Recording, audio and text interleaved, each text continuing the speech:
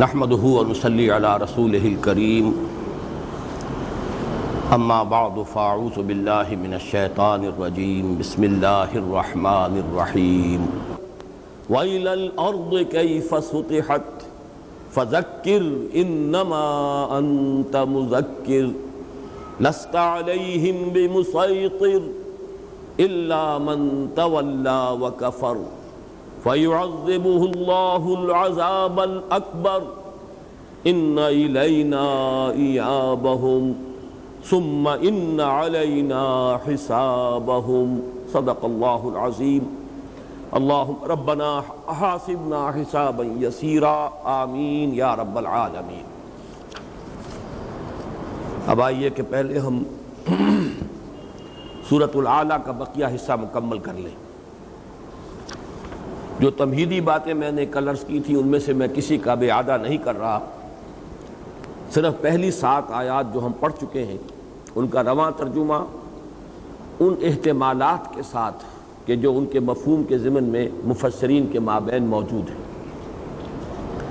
سبح اسم ربک الاعلی، پاک رکھو نام کو اپنے رب کے جو سب سے بلند و بالا ہے، یا پاکی بیان کرو اپنے رب کی جو سب سے بلند و بالا ہے۔ الذی خلق فسوی، جس نے بنایا، پیدا فرمایا اور پھر تسویہ کیا، نوک پلک سواری، برابر کر دیا، درست کر دیا، ہموار کر دیا، متوازن کر دیا۔ والذی قدر فہدی، جس نے اندازہ ٹھہرایا، یہ تقدیر ہر شے کی ہے، پھر یہ کہ حیوانات میں ایک نوعی تقدیر ہے اور ایک ہر فرد کی انفرادی تقدیر ہے، اندازہ، اس کی پوٹینشیلٹیز، اس کے امکانات۔ مجھے یاد آیا تھا بعد میں، بڑا پیارا ایک مصرع ہے کہ ذرہ ذرہ دہر کا زندانی تقدیر ہے، یہ قدر فہد، ہر شے کی ایک تقدیر ہے، ہر شے کے لیے اندازہ ہے، چاہے وہ ایٹم ہے اور چاہے وہ نظام شمسی ہے، ہر ایک کے لیے قاعدہ اور قانون ہے۔ حیوانات میں پھر ایک تقدیر ہے نوعی، ایک تقدیر ہے انفرادی۔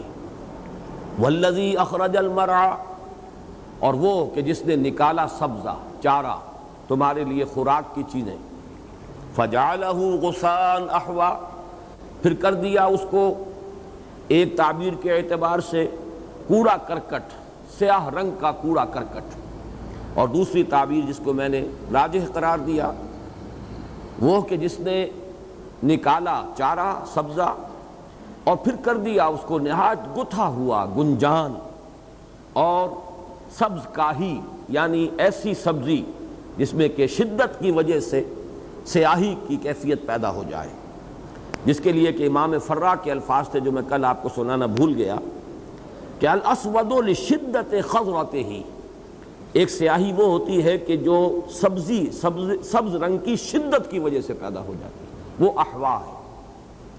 سنقرئک فلا تنسیٰ، ہم آپ کو پڑھائیں گے، ہمارے ذمہ ہے پڑھانا، پھر آپ بھولیں گے نہیں۔ ایک رائے یہ بھی ہے کہ پھر بھولیے مت، یہ فعل نہیں ہے، لیکن یہ کہ یہ ہمارے لیے تو یہ چیز مناسب ہے، لیکن نبی اکرم صلی اللہ علیہ وسلم کے لیے مناسبت نہیں رکھتی یہ بات، اس لیے کہ آپ کو یاد کرانے کی ذمہ داری تو خود اللہ نے لی ہے۔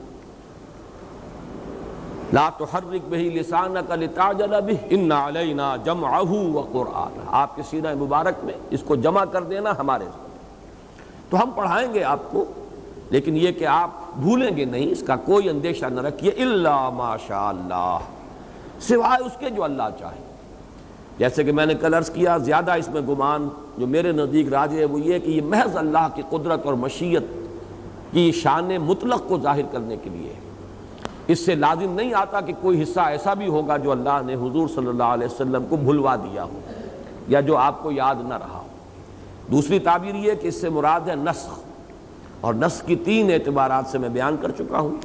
ایک نسخ ہے سابقہ کتاب اور سابقہ جو شریعت تھی تورات کی، یہ سب کے نزدیک متفق علیہ ہے، ما ننسخ من آیت او ننسها نأتی بخیر منها او مثلها۔ دوسرا نسخ ہے قرآن مجید کی آیات میں کہ آیت موجود ہے، اس کی تلاوت کی جاتی ہے، لیکن جزوی یا کلی طور پر اس کا حکم منسوخ ہو گیا۔ یہ بھی اصولی طور پر ہمارے تمام علماء اس کو تسلیم کرتے ہیں، سوائے آج کے دور میں بعض لوگ کہ جنہوں نے سنت سے ہٹ کر اور اجماع امت سے ہٹ کر راستہ اختیار کرنا شروع کر دیا ہے، صرف ان کو اس کے بارے میں اشتباہ ہے۔ البتہ کتنی آیتیں منسوخ الحکم ہیں اس میں اختلاف ہے۔ شاہ ولی اللہ دہلوی رحمۃ اللہ علیہ نے الفاظ الکبیر میں جو اپنی تحقیق بیان کی ہوئی ہے کہ 5 آیات ہیں صرف وہ کہ جو منسوخ الحکم ہیں، باقی آیات جن کو اکثر و بیشتر مفسرین نے منسوخ الحکم قرار دیا ہے وہ کسی خاص پہلو سے صرف تعبیر کا فرق ہے جو واقع ہوا ہے، ورنہ یہ کہ پوری آیت منسوخ الحکم نہیں ہے۔ بہرحال کسی نہ کسی درجے میں منسوخ الحکم آیات جن کی تلاوت ہے جو مصحف میں شامل ہیں، یہ بھی ہمارے اسلاف کے نزدیک متفق علیہ ہے۔ تیسری بات یہ کہ کوئی آیت ایسی بھی ہے جس کی تلاوت منسوخ ہو چکی ہو، منسوخ التلاوہ، اور اس کا حکم باقی ہو، یہ بھی صرف آیت رجم کے بارے میں، چونکہ حضرت عمر رضی اللہ تعالیٰ عنہ کا ایک قول ہے اور وہ بخاری شریف میں ہے، سند کے اعتبار سے قوی ہے، اس کی بنیاد پر یہ تیسری کیٹیگری جو ہے علماء نے جو وضع کی ہے، لیکن میں اپنی رائے عرض کر چکا ہوں کہ میرا ذہن، میرا قلب اسے تسلیم نہیں کرتا، اور حضرت عمر کے اس قول میں رضی اللہ تعالیٰ عنہ میرے نزدیک قرآن سے مراد تورات ہے۔ الا ما شاء اللہ انہ یعلم الجہر وما یخفی، اور اے نبی اللہ تو جانتا ہے ہر وہ شے جو ظاہر ہو یا بلند آوازی سے کہی جا رہی ہو اور جو بالکل خفیہ ہو۔ اس میں عرض کر چکا ہوں کہ اکثر و بیشتر کی رائے یہی ہے کہ در حقیقت سنقرئک فلا تنسیٰ، اس کے بعد الا ما شاء اللہ یہ ایک جملہ معترضہ ہے جو درمیان میں آیا ہے، رب جڑتا ہے سنقرئک فلا تنسیٰ انہ یعلم الجہر وما یخفی، آپ چپکے چپکے سے یاد کرنے کی جو سعی کر رہے تھے ہمارے علم میں ہے، ہم سے کوئی شے مخفی نہیں رہتی، تو آپ یہ مشقت نہ جھیلیے، ہم نے ذمہ لے لیا ہے کہ اس قرآن کو آپ کے سینے میں جمع کر دیں گے۔ اب ہم آگے چل رہے ہیں، ایک بہت اہم مضمون آ رہا ہے قرآن حکیم کا، جیسے کہ میں نے کل عرض کیا تھا، اس سورہ مبارکہ میں قرآن کے فلسفہ اور حکمت کے بہت گہرے اور بہت ہی عمیق مضامین ہیں۔ وَنُيَسِّرُكَ لِلْيُسْرَىٰ، ان قریب ہم آپ کو موافق بنا دیں گے، موضوع بنا دیں گے بڑی آسانی کے لیے۔ یہ میں صرف لفظی ترجمہ کر رہا ہوں، لیکن یہ کہ اس میں سب سے پہلے لفظ تیسیر سمجھیے۔ تیسیر یسر سے بنا ہے، یسر کہتے ہیں آسانی کو، تیسیر کسی شے کو آسان کر دینا۔ جیسے کہ ہم نے 5 مرتبہ غالباً یا 4 مرتبہ وہ آیت آئی ہے سورۃ القمر میں، وَلَقَدْ يَسَّرْنَا الْقُرْآنَ لِلذِّكْرِ فَهَلْ مِن مُدَّكِرٍ، ہم نے تو قرآن کو ذکر کے لیے، سبق آموزی کے لیے، یاد دہانی کے لیے، نصیحت کے لیے، تذکر کے لیے آسان کر دیا ہے، تو ہے کوئی جو اس سے نصیحت اخذ کرے؟ بڑا چیلنجنگ انداز ہے۔ یعنی قرآن مجید کا ایک پہلو وہ بھی ہے جس کے اعتبار سے یہ مشکل ترین کلام ہے، اللہ کا کلام ہے، کلام الملوک ملوک الکلام۔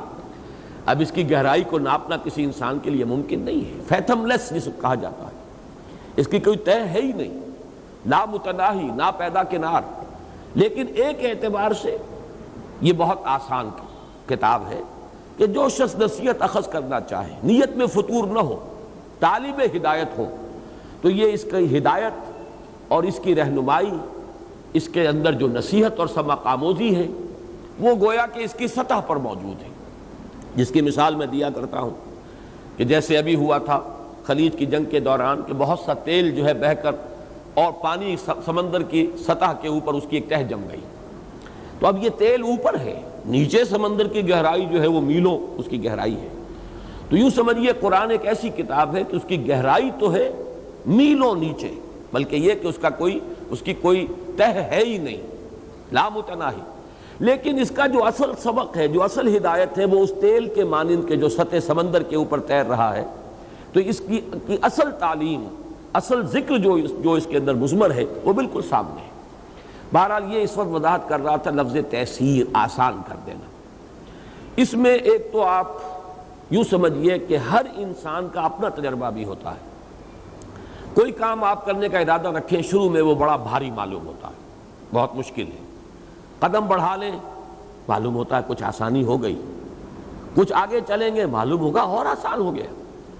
یہ فطرت کا ایک قاعدہ ہے، جو بھی آپ فیصلہ کرتے ہیں جدھر آپ جانا چاہتے ہیں ابتدا میں وہ مشکل نظر آئے گا، اس کے جو احتمالات ہیں، جو اس کے مشکل پہلو ہیں وہ سامنے آئیں گے، وہ ڈرائیں گے، وہ خوف زدہ کریں گے، لیکن آدمی ہمت کر لے اور اس کام کا بیڑا اٹھا لے، آغاز کر دے کام کا، تو خود محسوس کرے گا کہ میں نے اسے جتنا بھاری سمجھا تھا یہ اتنا بھاری پتھر نہیں ہے، یہ جتنا کچھ مشکل نظر آ رہا تھا بادی النظر میں اور آغاز کار میں، یہ تو اتنا مشکل کام نہیں ہے۔ یہ تیسیر ہے جیسے جیسے آدمی بڑھتا ہے، اور یہ تیسیر دو طرفہ ہوتی ہے۔ خیر کی طرف بڑھیں گے، آج 1 درجے کی نیکی کیجئے، کل 10 درجے کی نیکی آسان ہو جائے گی، پرسوں 100 درجے کی نیکی جو ہے وہ آپ کے لیے آسان ہو جائے گی۔ آج وہ 100 درجے کی نیکی آپ کو معلوم ہوگا کہ میرے لیے ناممکن ہے، میں وہاں تک نہیں پہنچ سکتا۔ اسی طریقے سے آپ برائی کی طرف پہلا قدم اٹھائیے، 10 برائیوں کے لیے اور دروازہ کھل جائے گا، اس میں آگے بڑھیں گے 100 برائیاں اور سامنے آ جائیں گی۔ جس کی ایک سادہ سی مثال ہے، ہمارے معاشرے میں 1 صدی قبل اس بے پردگی اور فحاشی اور عریانی کا تصور ممکن نہیں تھا۔ وہ جو کہا تھا حفیظ جالندری نے کہ چشم فلک نے آج تک دیکھی نہ تھی ان کی جھلک، وہ جو رقاصہ نام کی ان کی نظم ہے، عنوان سے بڑی پیاری نظم ہے، یہ تھا ہمارے ہاں پردوں کا حال کہ چشم فلک نے آج تک دیکھی نہ تھی ان کی جھلک۔ لیکن یہ کہ آج انہی کی پوتیاں، پڑ پوتیاں، نواسیاں، پڑ نواسیاں جو ہیں وہ جس طریقے سے نیم عریاں لباس میں سڑکوں پر چلتی نظر آ رہی، یہ ایک دن میں نہیں ہوا۔ پہلے برقع اترا، چادر آ گئی، پھر چادر کے بجائے بھی دوپٹہ آ گیا، وہ دوپٹہ بھی اس کے بعد جو ہے بڑا باریک ہو گیا، پھر وہ ایک بٹا ہوا ایک رسی کے مانند وہ گلے کے اندر پڑا ہوا، اس کے بعد یہ کہ آستینیں چڑھنی شروع ہوئی۔ یہ سارے کام رفتہ رفتہ ہوتے ہیں۔ تو خیر کی طرف بھی بڑھیں گے تو درجہ بدرجہ بڑھیں، تدریج، وہ جو میں کل تفصیل سے بیان کر چکا ہوں۔ ہدایت میں بھی تدریج ہوگی، اسی طریقے سے خیر میں بھی تدریج ہے، اسی طرح شر اور بدی میں بھی آدمی ایک دم نہیں، بلکہ میں اگرچہ ہے تو وہ ذرا لطیفہ نہیں کثیفہ، کہ کوئی خاندان تھا کہیں ڈیرہ اسماعیل خان سے آ کر پٹھانوں کا آباد ہوا ملتان میں، ان کے قدیم رشتہ دار کبھی ملنے آئے، وہ آئے بھی بہت عرصے کے بعد، ہو سکتا ہے کہ 50 60 سال 100 سال بعد، معلوم ہوا کہ ہماری شاخ ایک وہ بھی تھی جو جا کر فلاں جگہ آباد ہو گئی۔ وہاں جا کر انہیں معلوم ہوا ان کی شہرت تو بہت بگڑ چکی ہے، بدنام ہو چکے ہیں، یعنی وہ ہمارے ہاں کے جو بدترین طبقات ہیں ان میں ان کا شمار ہو رہا ہے۔ تو انہوں نے ایسے پوچھا کہ یہ کیا ہوا، کیسے ہوا؟ تو ایک جملہ ہے، یہ اصل میں وہ ملتانی زبان ہی میں اس کا حسن ہے کہ سائیں تھیندے تھیندے تھی گئے ہیں، یہ ہوتے ہوتے ہو گیا، بس ہمارے ساتھ کوئی حادثہ ہوا ہے، کوئی ایک دن میں نہیں ہو گیا، لیکن تھیندے تھیندے تھی گئے۔ یہ ہوتا ہے خیر کے لیے بھی اور شر کے لیے، یہ تیسیر ہے۔ قرآن مجید نے جو لفظ استعمال کیا تیسیر، ہماری زبان میں اس کا جو ایکویلنٹ ہے وہ توفیق ہے۔ اللہ کی توفیق کے بغیر، اللہ اگر توفیق نہ دے انسان کے بس کا کام نہیں۔ انسان ارادہ کرتا ہے، انسان ایک عزم جو ہے مصمم کر لیتا ہے، لیکن یہ کہ پھر توفیق خداوندی کے بغیر کچھ نہیں ہوتا۔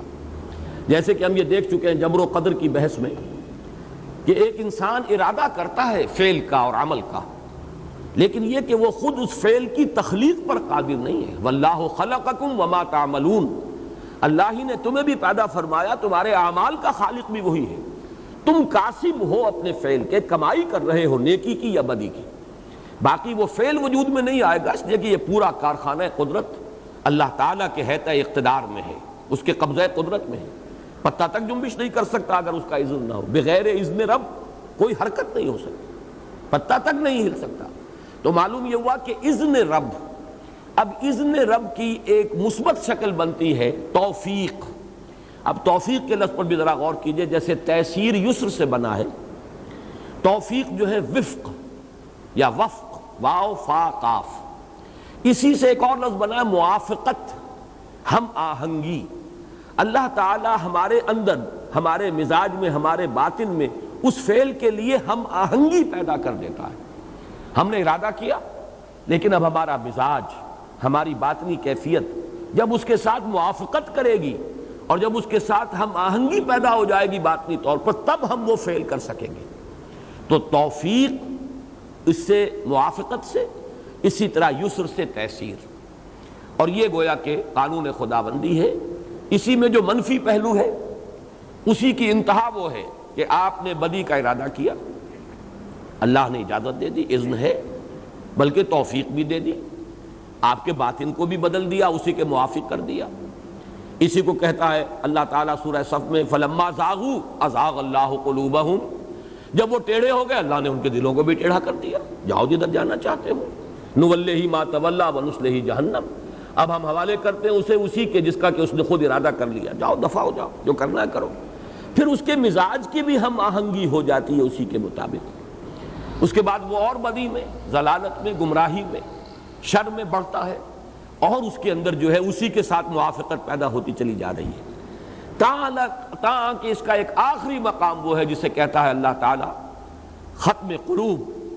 اب وہ وقت آ گیا کہ اب اس کے لیے پوائنٹ آف نو ریٹرن آ گیا ہے، اب واپسی ممکن نہیں ہے، چاہے بھی تو واپس نہیں آ سکتا، اس لیے کہ وہ اتنا بندھ گیا ہے، اس کے مزاج کے اندر وہ شے اس درجے رچ بس گئی ہے کہ وہ اب گویا کہ بے بس ہو گیا ہے۔ جیسے کہ ہم نے پڑھا ہے کہ ایک وقت وہ بھی آئے گا، سورہ نون میں ہم یہ پڑھ چکے ہیں، جب کہا جائے گا سجدہ کرو، سجدہ نہیں کر سکیں گے، فلا یستطیعون، چاہیں گے سجدہ کریں لیکن سجدہ نہیں کر سکیں گے، خاشعۃ ابصارہم ترہقہم ذلہ، ان کی نگاہیں شرم اور خجالت سے زمین میں گڑی ہوئی ہوں گی، چہروں کے اوپر سیاہی جو ہے ٹک رہی ہو۔ تو ارادے کے باوجود آدمی ایک وقت آتا ہے کہ اس کے دل پر مہر لگ چکی ہوتی ہے، جیسے کہ غالباً 7ویں پارے کے آخر میں فرمایا ہے وَنُقَلِّبُ أَفْئِدَتَهُمْ وَأَبْصَارَهُمْ كَمَا لَمْ يُؤْمِنُوا بِهِ أَوَّلَ مَرَّةٍ، ہم الٹ دیتے ہیں ان کے نگاہوں کو، ان کے دلوں کو، جب وہ ایمان نہیں لائے تھے پہلی مرتبہ، جب انکشاف حق ہوا، دل نے گواہی دے دی بات صحیح ہے، انسان نے نہیں مانا، رد کر دیا، کسی مصلحت کی وجہ سے، کسی لالچ کی وجہ سے، کسی تعصب کی وجہ سے، کسی ضد کی وجہ سے، تو اب اس کے اندر سے وہ بصیرت باطنی سلب ہو جاتی ہے۔ اسی کا نام ہے ختم اللہ علی قلوبہم وعلی سمعہم وعلی ابصارہم غشاوہ ولہم عذاب عظیم۔ تو یہ ہے وَنُيَسِّرُكَ لِلْيُسْرَىٰ، اے نبی ہم آپ کو ان قریب موافق کر دیں گے۔ اب تیسیر کے لفظ کی بجائے میں یہاں لفظ لا رہا موافق، اس لیے کہ وہ ہماری سوچ اور ہمارے ذہن سے زیادہ قریب ہے۔ یسرا سے مراد ایک تو یہ کہ ہر بھلائی، ہر نیک کام، لیکن یہ کہ حضرت عبداللہ ابن مسعود رضی اللہ تعالیٰ عنہ کا یہ قول موجود ہے، اور وہ آپ کو معلوم ہے کہ فقہائے صحابہ میں سے، کبار صحابہ میں سے ہیں، انہوں نے فرمایا کہ الیسرا سے مراد ہے الجنہ، سب سے زیادہ آسانی کی جگہ، سب سے زیادہ آرام کی جگہ، سب سے زیادہ آسائش کی جگہ کون سی ہے؟ وہ جنت ہے۔ تو سہج سہج ہم آپ کو اس جنت ہی کے موافق بنا دیں گے، آپ کے لیے سختیاں آسان ہوتی چلی جائیں گی، مشکلات جو ہیں وہ آپ کے لیے سہل ہوتی چلی جائیں گی، موانع ہٹتے چلے جائیں گے، اور رفتہ رفتہ آپ پہنچ جائیں گے الیسرا میں، وہ کہ جو سب سے زیادہ آسانی اور آرام کی جگہ ہے۔ یہاں اشکال جو ہے وہ یہ ہے کہ ہم آپ کو میسر کر دیں گے، آپ کو آسان بنا دیں گے، آپ کو موافق کر دیں گے یسرا کے لیے۔ اب اس میں عام طور پر تو یہ ہے کہ اصل میں کلام کے اندر کچھ تقلیب ہے، دو حرف جو ہیں وہ گویا کہ آگے پیچھے ہوئے ہیں، اور یہ چیز قرآن مجید میں ہے، قرآن کا ایک صوتی آہنگ ہے، اس صوتی آہنگ کی وجہ سے کچھ حروف آگے پیچھے ہو جاتے ہیں، اس کی بہت سی مثالیں اس سے پہلے آ چکی ہیں۔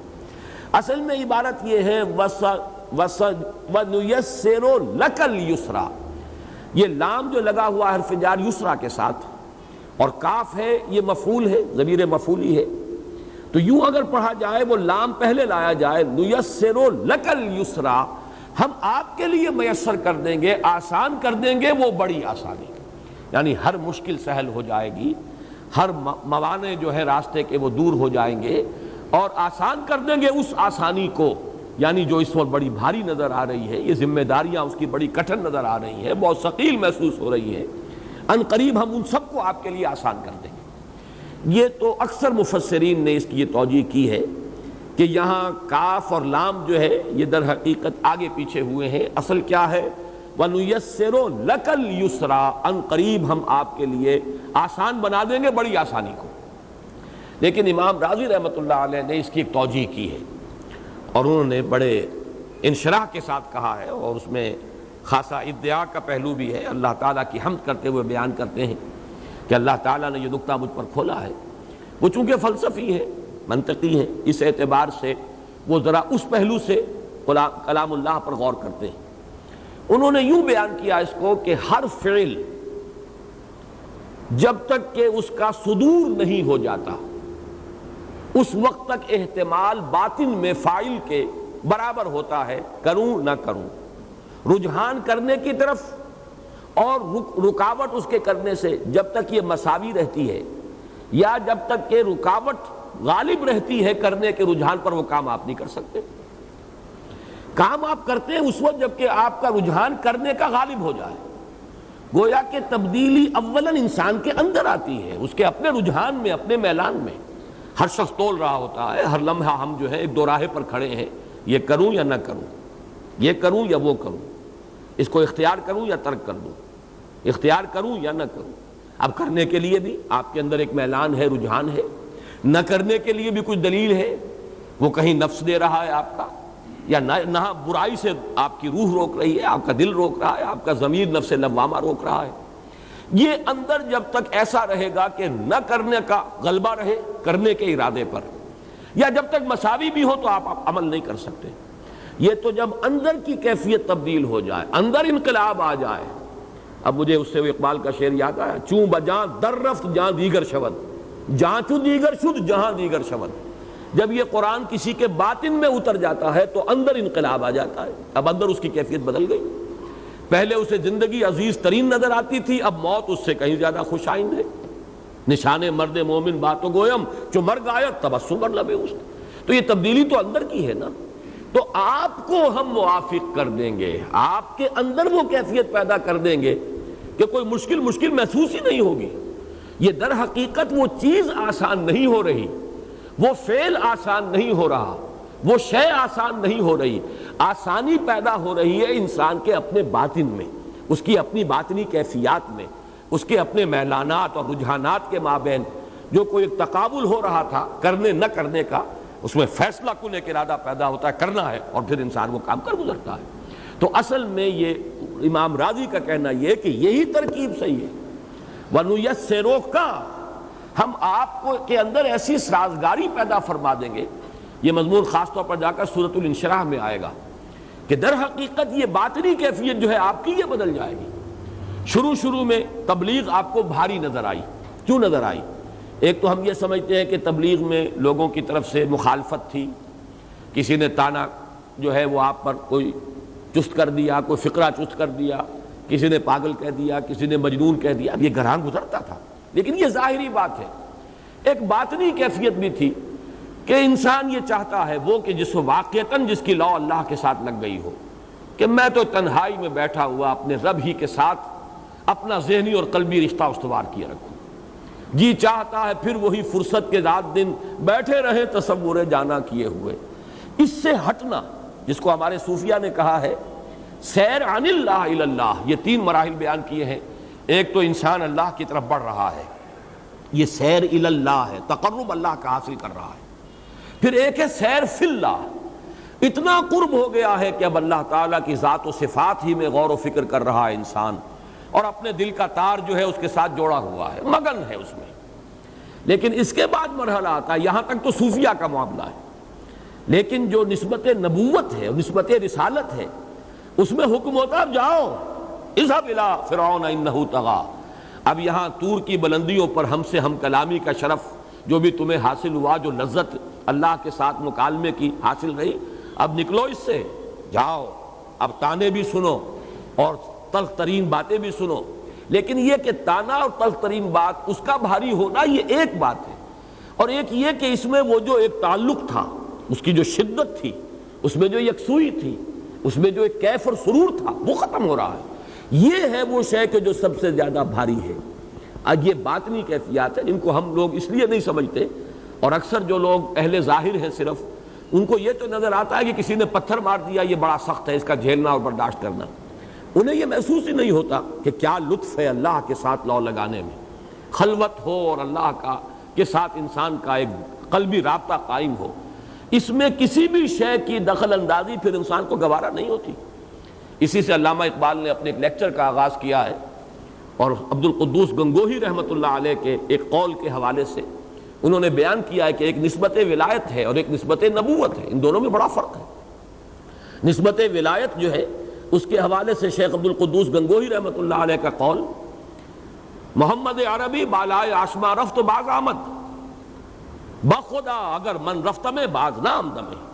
محمد عربی تو آسمان کے اوپر پہنچ گئے، 7ویں آسمان پر پہنچ گئے، سدرۃ المنتہا پر اللہ کے جو بھی تجلیات تھی ان کا مشاہدہ فرما رہے تھے، اور پھر واپس آ گئے۔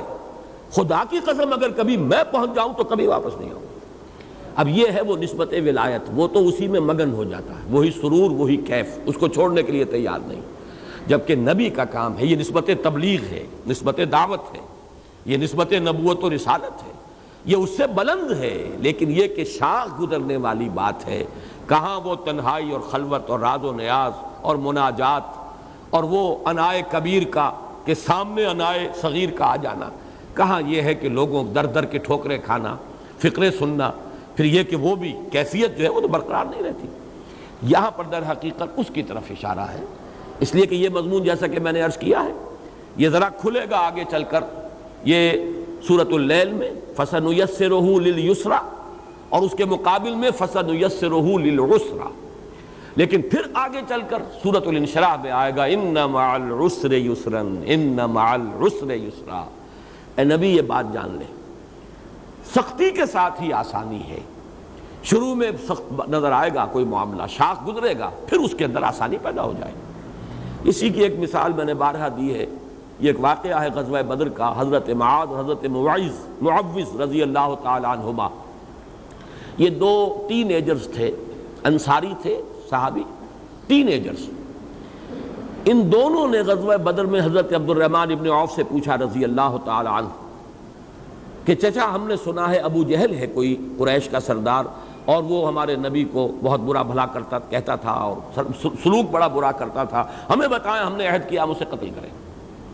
انہوں نے کہا کہ بچوں تم کدھر کیا ارادہ کر رہے ہیں، وہ تو وہ بڑا سردار ہے، وہ جو اونچی کلغی لگائے ہوئے وہاں پر ہے، سوار ہے، اور اس کے ارد گرد تو بڑا پہرا ہے۔ تم کہا جاؤ کہ نہیں، بس آپ نے بتا دیا، آپ کا کام اتنا، تیر کی طرح گئے۔ اور یہ توجیہ میری ہے کہ شاید اس کے آس پاس جو تھے وہ جو بھی اس کے باڈی گارڈ ہوں گے، انہوں نے شاید یہ سمجھا ہو کہ تیر کی طرح نوجوان چلے آ رہے ہیں، کوئی خاص بات ہوگی، کوئی تعلق ہوگا اس سے، ابو جہل سے، ورنہ یہ کہ کون آدمی اگر ہوش و حواس اس کے درست ہوں، کون آئے گا اس طریقے سے ابو جہل کو قتل کرنے کے لیے۔ بہرحال جو بھی ہوا یہ تو ایک تعویل ہے میری، سیدھے گئے، وار کیا ہے، پھر وہ گرا ہے زمین پر۔ پھر یہ کہ اس وقت پھر جب اب ظاہر بات ہے جب یہ معاملہ ہو گیا ہے تو پھر چاروں طرف سے لوگ ٹوٹ پڑے۔ ان میں سے ایک بھائی کا غالباً حضرت معوذ کا واقعہ یا حضرت معاذ کا رضی اللہ تعالی عنہما، کہ ان کے ایک شانے کے اوپر تلوار کا وار پڑا ہے، پورا شانہ کٹ گیا۔ کہیں سے کوئی ایک تسمہ جڑا ہوا تھا کہ اب ہاتھ وہ لٹک بھی رہا ہے، مسلز کے تعلق منقطع ہو چکے ہیں، آپ اس سے کوئی کام بھی نہیں لے سکتے، لیکن یہ کہ وہ اب رکاوٹ بن رہا ہے چونکہ اس کی حرکت تو آپ کے کنٹرول میں نہیں رہی۔ تو ان کے بارے میں آتا ہے اور آدمی لرز جاتا ہے یہ جب آدمی اس کا تصور کرے۔ انہوں نے اپنے اس ہاتھ کو جو کٹا ہوا تھا، لٹک رہا تھا، اپنے ایک پاؤں کے نیچے رکھا اور زور سے کھینچا، اٹھا کے پھینک دیا۔ لرز جاتا ہے، اپنے جسم کے ایک حصے کے ساتھ انسان یہ بھی کر سکتا ہے، لیکن میں دعوے کے ساتھ کہتا ہوں، یقین کہ انہیں محسوس بھی نہیں ہوا ہوگا کہ یہ میں نے کیا کیا، اس لیے کہ وہ ایک کیفیت ہوتی ہے، باطنی کیفیت ہوتی ہے۔ یہ سننے والے کے لیے تو جھرجھری لانے والی شے ہے، لیکن یہ کہ جو اس پہ گزر رہا ہوتا ہے اسے محسوس بھی نہیں ہوتا۔ یہ ہے اصل میں تاثیر۔ خیر کی طرف بڑھیے، دیکھنے والے حیران رہ جائیں گے، اس نے کیسی کیسی ہمتیں کی ہیں، کیسی کیسی قربانیاں دی ہیں، کیسے کیسے ایثار کیا ہے اس نے، لیکن اسے محسوس نہیں ہوگا، اس لیے کہ وہ تو درجہ بدرجہ پڑھ رہا ہے نا، ایک دم تو چھلانگ لگا کر وہ K2 پر نہیں پہنچا ہے، بلکہ یہ تدریج ہوئی ہے۔ یہ ہے تیسیر۔ وَنُيَسِّرُكَ لِلْيُسْرَى، اے نبی ہم آپ کو موافق بنا دیں گے، آپ کی باطنی کیفیت کے اندر موافقت پیدا فرما دیں گے۔ یہ مشکلات یا یہ جو باطنی طور پر شاخ گزرنے والی کیفیات ہیں، یہ رفتہ رفتہ آپ کے لیے یہ بڑی قابل برداشت ہی نہیں، خوش آئند ہو جائیں گی، اس لیے کہ ایک روحانی لذت انسان کو اس سے بھی تو ملتی ہے کہ وہ جو ایک شعر میں نے کئی بہت مرتبہ پڑھا ہے کہ نشہ پلا کے گرانا تو سب کو آتا ہے، مزہ تو تب ہے کہ گرتوں کو تھام لے ساقی۔ کسی ایک گمراہ کو آپ ہدایت کی راہ پر لے آئے اور اس کی عاقبت آپ نے سنوار لی، کیا اس میں کم لذت ہے؟ اللہ کے ساتھ اپنا قلبی رشتہ اور روحانی رشتہ استوار کر کے بیٹھے رہنا اس کا ایک سرور ہے اپنا. لیکن جب انسان دیکھتا ہے میری محنت سے، میری کوشش سے، میری تگ و دو سے فلاں شخص اس دلدل سے نکل آیا، وہ جہنم کی طرف جا رہا تھا بگ ٹوٹ، اور اب اس کا رخ مڑ گیا ہے، اب وہ کدھر آ رہا ہے؟ خیر کی طرف، بھلائی کی طرف، نیکی کی طرف. اس کی زندگی میں انقلاب آیا ہے.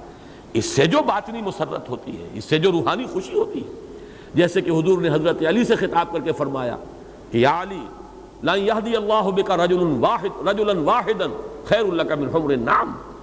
اے علی، اگر تمہارے ذریعے سے اللہ کسی ایک شخص کو بھی ہدایت دے دے، وہ تمہارے لیے سرخ اونٹوں سے بڑی دولت ہوگی. یہ عرب کی بہت ہی محبوب متاع تھی، اونٹ اور سرخ رنگت کا اونٹ. اس سے کہیں زیادہ جو ہے یہ قیمتی شے ہے کہ تمہارے ذریعے سے ہدایت دینے والا تو اللہ ہے، لیکن تم ذریعہ بن جاؤ اس کی ہدایت کا، تو یہ تمہارے لیے سرخ اونٹوں سے بڑی قیمتی شے ہے. یہ ہے اصل میں وَنُيَسِّرُكَ لِلْيُسْرَىٰ فَذَكِّرْ إِن نَّفَعَتِ الذِّكْرَىٰ. اس آیت میں بھی اب ایک اشکال ہے. تو نصیحت کیجئے، تذکیر کیجئے، اگر نصیحت نفع پہنچائے. اب یہاں مشروط ہو گئی. معلوم یہ ہوا کہ نصیحت اس امید کے ساتھ مشروط ہے کہ وہ فائدہ پہنچائے گی.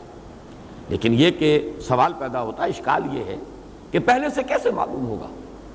لہذا اس کی جو توجیہ کی علماء نے، اور میں اس سے متفق ہوں، مفسرین کا تقریباً اس میں اجماع ہے. ایک ہے تبلیغ عام، تذکیر عام، وہ تو سب کو کرنی ہے. برے سے برا آدمی بھی جو نظر آ رہا ہے، آپ نہیں کہہ سکتے کہ اس کی حالت میں انقلاب نہیں آ جائے گا. کیا پتہ، آخر اللہ تعالیٰ نے لوگوں کی زندگیاں بدلی ہیں. ڈاکو تھے پیشے کے اعتبار سے حضرت ابو ذر، اور کہاں سے کہاں پہنچ گئے. ان کی اس وقت کی کیفیت کو دیکھ کر کوئی شخص اندازہ نہیں کر سکتا کہ وہ اس مقام تک پہنچ جائیں گے کہ خود حضور فرمائیں گے کہ من کان یسرہ ان ینظر الی زہد عیسیٰ فلینظر الی صاحبی ابی ذر. جس شخص کو حضرت عیسیٰ کا زہد اپنی آنکھوں سے دیکھنا ہو، وہ میرے اس دوست ابو ذر کو دیکھ لے. کہاں ڈاکے مارنے کا پیشہ، کہاں وہ ان کا زہد اور ان کا ورع جو حضرت عیسیٰ علیہ السلام کے، وہ علیہ السلام کے ہم پلہ ہو گیا. خود حضرت عمر، میں نے بارہ عرض کیا ہے کہ اگر ان کے بارے میں یہ بات کہوں توہین نہ سمجھیے، اس لیے کہ یہ ایمان سے پہلے کی کیفیت ہے. ہمارے ہاں کے جو لوگ ہوتے ہیں جنہیں عام طور پر آپ وہ بستہ الف بستہ بے کے لوگ کہہ دیتے ہیں، مزاجی اعتبار سے حضرت عمر انہی میں سے تھے. لڑنا بھڑنا، ادھر کندھا مار دینا، اس سے لڑائی مول لینا، راستے کو چلتے ہوئے کسی کو چیلنج کرنا، چھیڑنا، یہ ان کا شغل تھا. کشتیاں کرنا، مقابلے کرنا، یہ تھی ان کی. لیکن یہ کہ وہی شخص بدلا ہے، لہذا ہمیں کچھ پتہ نہیں. ہو سکتا ہے کہ ایک شخص بہت ہی خوش آئند نظر آ رہا ہو اور آپ کو محسوس ہو کہ یہ تو یقیناً دعوت قبول کر لے گا، لیکن وہی محروم ہو جائے. جس کی سب سے بڑی مثال جو ہے وہ ولید ابن مغیرہ ہے. اتنا قریب آیا، اتنا قریب آیا، اتنا قریب آیا. سورہ نون میں اس کا تذکرہ ہے، سورہ مدثر میں اس کا تذکرہ ہے. کتنا اللہ کا غضب بھڑکتا ہے. سأرهقه صعودا، اس لیے کہ انه فکر وقدر فقتل کیف قدر ثم قتل کیف قدر ثم نظر ثم بصر ثم عبس وبصر ثم ادبر واستكبر فقال ان هذا الا سحر يوسف. قسمت کی خوبی دیکھیے، ٹوٹی کہاں کمند، دو چار ہاتھ جب کے لبے بام رہ گیا. بالکل ایمان کی سرحد کے قریب آ کر ایک شخص واپس چلا گیا، محروم ہو گیا، محروم ازلی. اس لیے ابتدائی دعوت اور تبلیغ میں تو سب کو پیش نظر رکھنا ہے. البتہ اس کے بعد اب کیفیت بدلے گی. جس کی طرف کوئی بھی آپ جس میں محسوس کریں کہ میلان ہے، رجحان ہے، سننا چاہتا ہے، اب توجہ کا ارتکاز اس پر ہونا چاہیے. جس میں استغنا محسوس کریں، یہ نظر آئے کہ یہ ہٹ دھرم ہے، یہ تو اڑا ہوا ہے، ضدی ہے، متکبر ہے، اب اس پر اپنا وقت ضائع نہ کریں. یہ ہے در حقیقت جو مفہوم ہے یہاں فذکر ان نفعت الذکریٰ. یہ وہ بات ہے کہ جو اس سے پہلے جو ہم پڑھ آئے ہیں سورہ عبس میں، اس میں جو گرفت ہوئی تھی حضور پر، فاما من استغنى فانت له تصدى وما عليك الا يزكى واما من جاءك يسعى وهو يخشى فانت عنه تلهى كلا انها تذکرہ. اب یہ ہے در حقیقت اس ایک آیت کا مفہوم وہاں جا کر کھلا ہے. جیسا کہ میں عرض کر چکا ہوں، یہ سورت جو ہے سورۃ الاعلیٰ، یہ بالکل ابتدائی صورتوں میں سے ہے. اس میں ایک ایک آیت جو ہے بالکل جیسے کہ سورہ ہود کے شروع میں فرمایا کہ کتاب احکمت آیاتہ ثم فصلت من لدن حکیم خبیر. اس کی ایک ایک آیت جو ہے اتنی محکم ہے کہ اس کی پھر تفصیل آئی ہے قرآن میں. جیسے سنقرئک فلا تنسیٰ، اسی کی شرح ہے نا جو بار بار میں توجہ دلا چکا ہوں. لا تحرک بہ لسانک لتعجل بہ ان علینا جمعہ وقرآنہ فاذا قرأناہ فاتبع قرآنہ ثم ان علینا بیانہ. اس ایک آیت کی شرح ہو گئی. اسی طریقے سے فذکر ان نفعت الذکریٰ، تذکیر کیجئے. یقیناً آپ کو اپنے آپ کو اسی میں لگانا ہے، کھپانا ہے، آپ کا فرض منصب ہی ہے. لیکن یہ دیکھ لیا کیجئے کہ کس میں میلان ہے، کس میں رجحان ہے.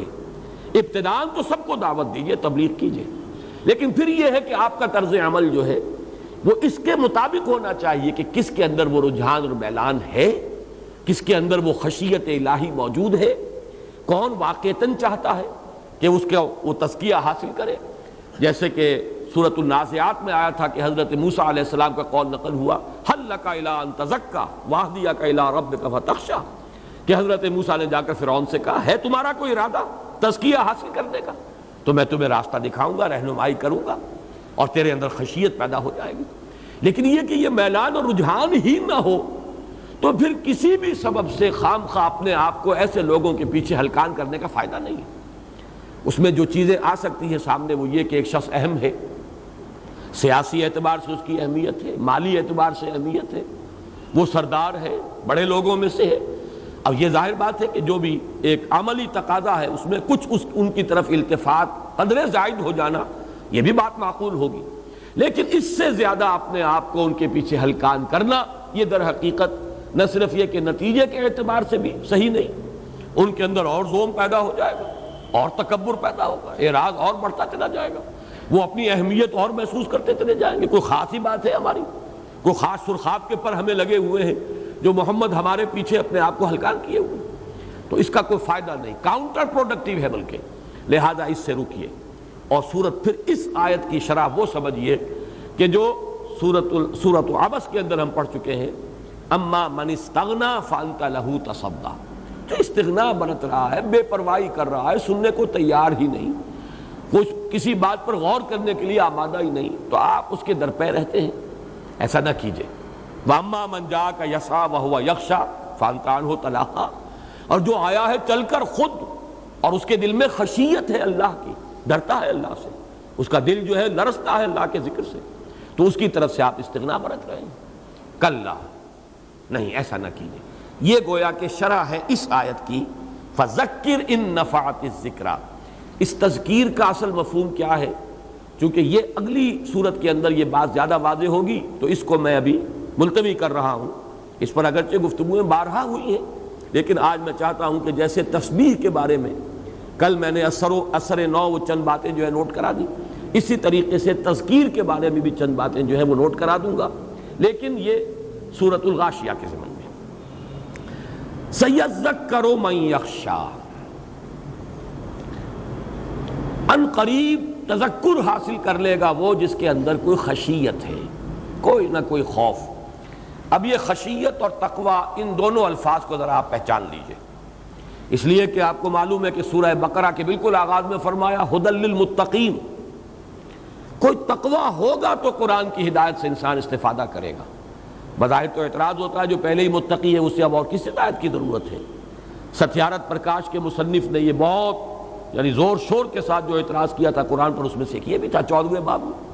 لیکن اصل مفہوم کیا ہے؟ تقوی کے بھی مختلف مراحل ہیں. جیسے ہدایت میں نے عرض کیا، ہدایت جبلی بھی ہے، ہدایت نوعی بھی ہے، پھر ہدایت وہ بھی ہے کہ اللہ تعالیٰ نے عقل عطا فرمائی، یہ ہدایت بھی ہے کہ اس نے اخلاقی حص ہمارے اندر ودیت کر دی. پھر ہدایت یہ ہے کہ اس نے کتابیں نازل کی، انبیاء اور رسول بھیجے. یہ آواز کچھ آج ٹھیک نہیں ہے، ذرا ٹھیک کرو اس کو، بہت کرخت سی ہے. تو یہ ہدایت کے مراحل. اسی طرح تقوی، یہ مضمون اب آگے چل کر واضح و وضاحت کے ساتھ آئے گا سورۃ اللیل میں. ایک تقوی ہوتا ہے فَأَمَّا مَنْ أَعْطَىٰ وَاتَّقَىٰ وَصَدَّقَ بِالْحُسْنَىٰ فَسَنُيَسِّرُهُ لِلْيُسْرَىٰ. انسان میں اگر وہ اخلاقی حص برقرار ہے، اخلاقی اعتبار سے اس کا باطن مردہ نہیں ہوا، ایسا نہیں ہوا کہ وہ نیکی کو بدی سمجھ رہا ہو، بدی کو نیکی سمجھ رہا ہو. اگر یہ حص برقرار ہے کہ نیکی کو نیکی ہی سمجھتا ہے، بدی کو بدی سمجھتا ہے، تو ظاہر بات ہے کہ فطرت انسانی پھر بدی سے ابا کرتی ہے، اس سے بچنے کا کچھ نہ کچھ مادہ اس کے اندر موجود ہوتا ہے، چاہے کسی وقت یہ ہے کہ وقتی طور پر کچھ ایسے محرکات ہوئے، حالات ہو گئے، جذبات کی رو میں بہہ کر آدمی برا کام کر بیٹھا، یا کسی ماحول کے اثرات میں آ کر اس سے کوئی غلط حرکت سرزد ہو گئی، لیکن اندر اگر اس کے خلش ہے، جس کو کہا گیا نفس لوامہ، لا اقسم بیوم القیامہ ولا اقسم بالنفس اللوامہ، اگر یہ ضمیر زندہ ہے، یہ ہے کہ جس کے پاس بنیادی جو ہے خشیت اور بنیادی تقوی کی وہ پونجی موجود ہے کہ اب اس سے آگے آدمی بڑھے گا، کچھ سرمایہ تو ہو، اس پہ آدمی محنت کرے گا تو سرمایہ بڑھ جائے گا، لیکن جہاں اخلاقی حس مر چکی ہو، یہ وہ مرحلہ ہے کہ اب اس کے لیے قرآن اس کے لیے مفید نہیں ہے، قرآن سے اس کو ہدایت نہیں ملے گی۔ اخلاقی حس انسان کے اندر برقرار رہے، جسے کانٹ نے دی مورل لا ودن کہا ہے کہ ذات باری تعالیٰ کے لیے سب سے بڑے دو ثبوت کیا ہے؟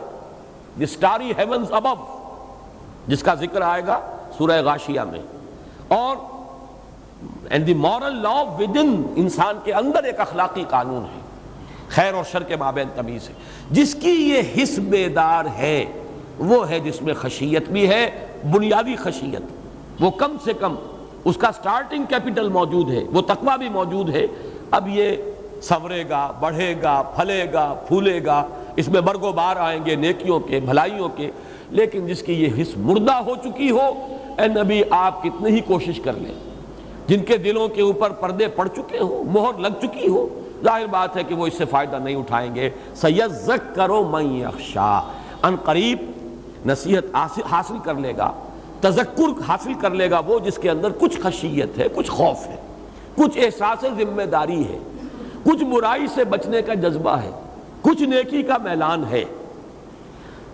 وَيَتَجَنَّبُهَا الْأَشْقَىٰ، اور اس سے پہلوت ہی کرے گا، یتجنب، تجنب جو ہے باب تفاعل ہے جم سے، جم کہتے ہیں پہلو، تجنب پہلوت ہی کرنا، کلنی کترا جانا، بچ کر نکل جانا، یہ تجنب ہے۔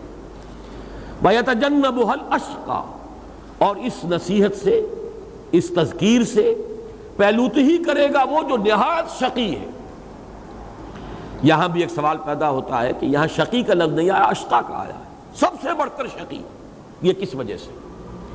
ایک رائے تو یہ بھی ہے کہ یہ محض قوافی یا فواصل کی رعایت ہے، چونکہ یہاں پر وہی ایک ردم چل رہا ہے، لہذا یہاں اشقا کہہ دیا، یہ بات صحیح نہیں ہے۔ یہ بات تو ہم کہہ سکتے ہیں کہ کہیں پر کوئی اضافی جو ہے حرف شامل کر دیا جائے، لیکن یہ کہ ایک لفظ کی حیت بدل جائے، اس کی جو ہے نوعیت تبدیل ہو جائے صرف قوافی یا فواصل کی رعایت کے لیے، یہ اللہ تعالیٰ کے کلام کے شایان نشان نہیں ہے۔ اشقا یہاں آیا ہے اور بالکل بامانی طور پر آیا ہے، اس کی وجہ کیا ہے؟ دیکھیے، تذکیر میں زمین و آسمان کا فرق ہے۔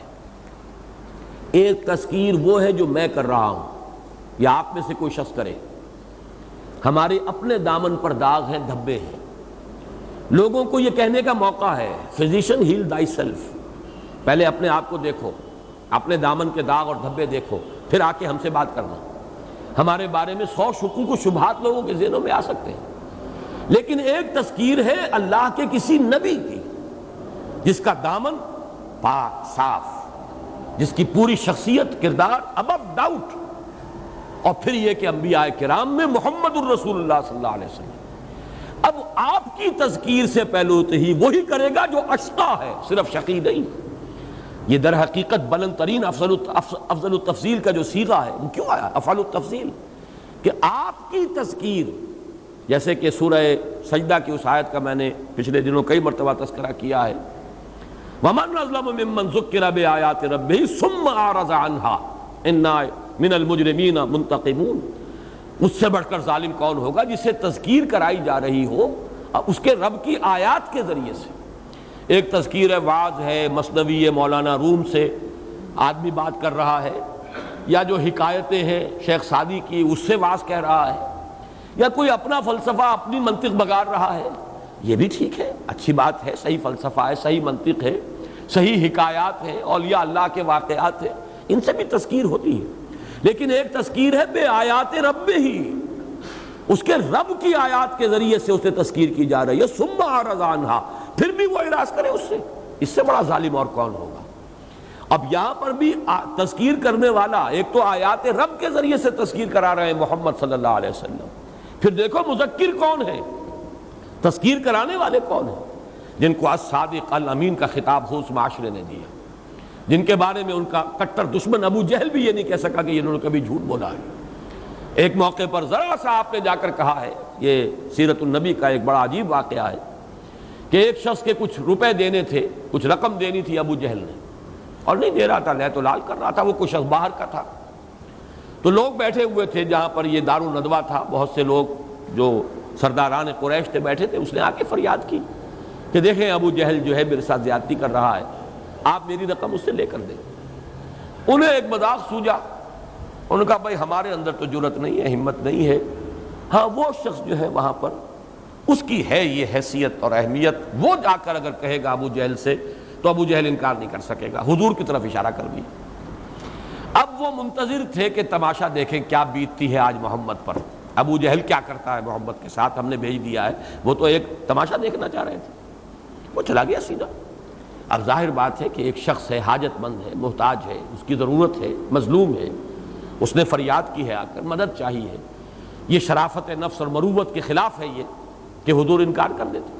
آپ نے کہا ٹھیک ہے چلو میں چلتا ہوں۔ آپ گئے ہیں، دستک دی ہے، ابو جہل نکلا ہے، صرف یہ فرمایا اس کی رقم اس کو ادا کر دو، فوراً اندر گیا ہے اور آ کر پیسے ادا کر دیے۔ لوگ حیران ہوئے کہ تمہیں کیا ہوا، یہ تم نے کیا کیا؟ تو یہ ایک کیفیت ہے، اس اعتبار سے وہ شخص بھی نبی اکرم صلی اللہ علیہ وسلم کی شخصیت کا اس درجے قائل تھا۔ جب اسے کسی نے پوچھا تمہارا کیا خیال ہے کہ محمد جھوٹ بولتے ہیں، تو اس نے کہا نہیں صلی اللہ علیہ وسلم، انہوں نے کبھی جھوٹ نہیں بولا۔ تو وہ شخصیت تذکیر کرنے والی ہو۔ اب یہ مضمون جو ہے زیادہ واضح ہو کر آئے گا سورۃ البینہ میں، لم یکن الذین کفروا من اہل الکتاب والمشرکین منفکین حتی تأتیہم البینہ، بالکل بین شے روز روشن کی طرح آیا۔ یہ بینہ کیا ہے؟ رسول من اللہ یتلو صحفا مطہرۃ فیہا کتب قیمہ، رسول اللہ کی طرف سے، اور جو پڑھ رہا ہو وہ صحیفے جو نہایت پاکیزہ ہیں، جن میں اللہ کی کتابیں، اللہ کے احکام ہیں۔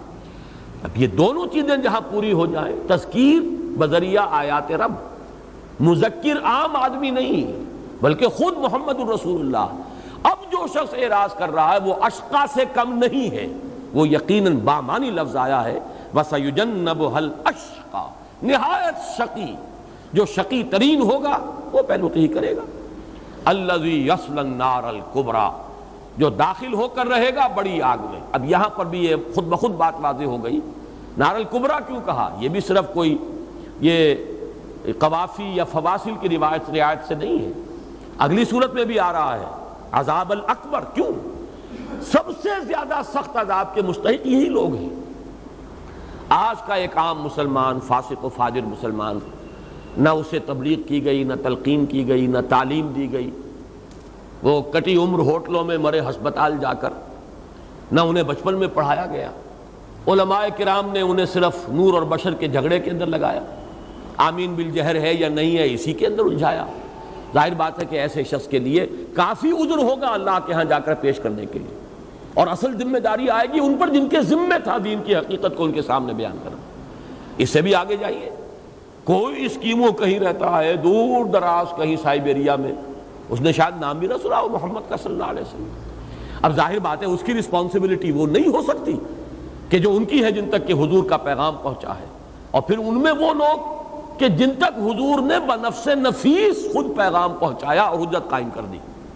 اب وہ آگ کا جو سب سے بڑا درجہ ہے سخت ترین، وہ ان کے لیے، جیسے جنت کے بھی مدارج ہیں، درجات ہیں، نچلے درجے کی جنتیں ہیں، اونچی ہیں، یہ میں آگے چل کر انشاءاللہ سورۃ الفجر میں بیان کروں گا کہ وہ قصہ زمین برسر زمین جب طے ہوگا تو معلوم ہوتا ہے کہ جہنم بھی یہی ہے،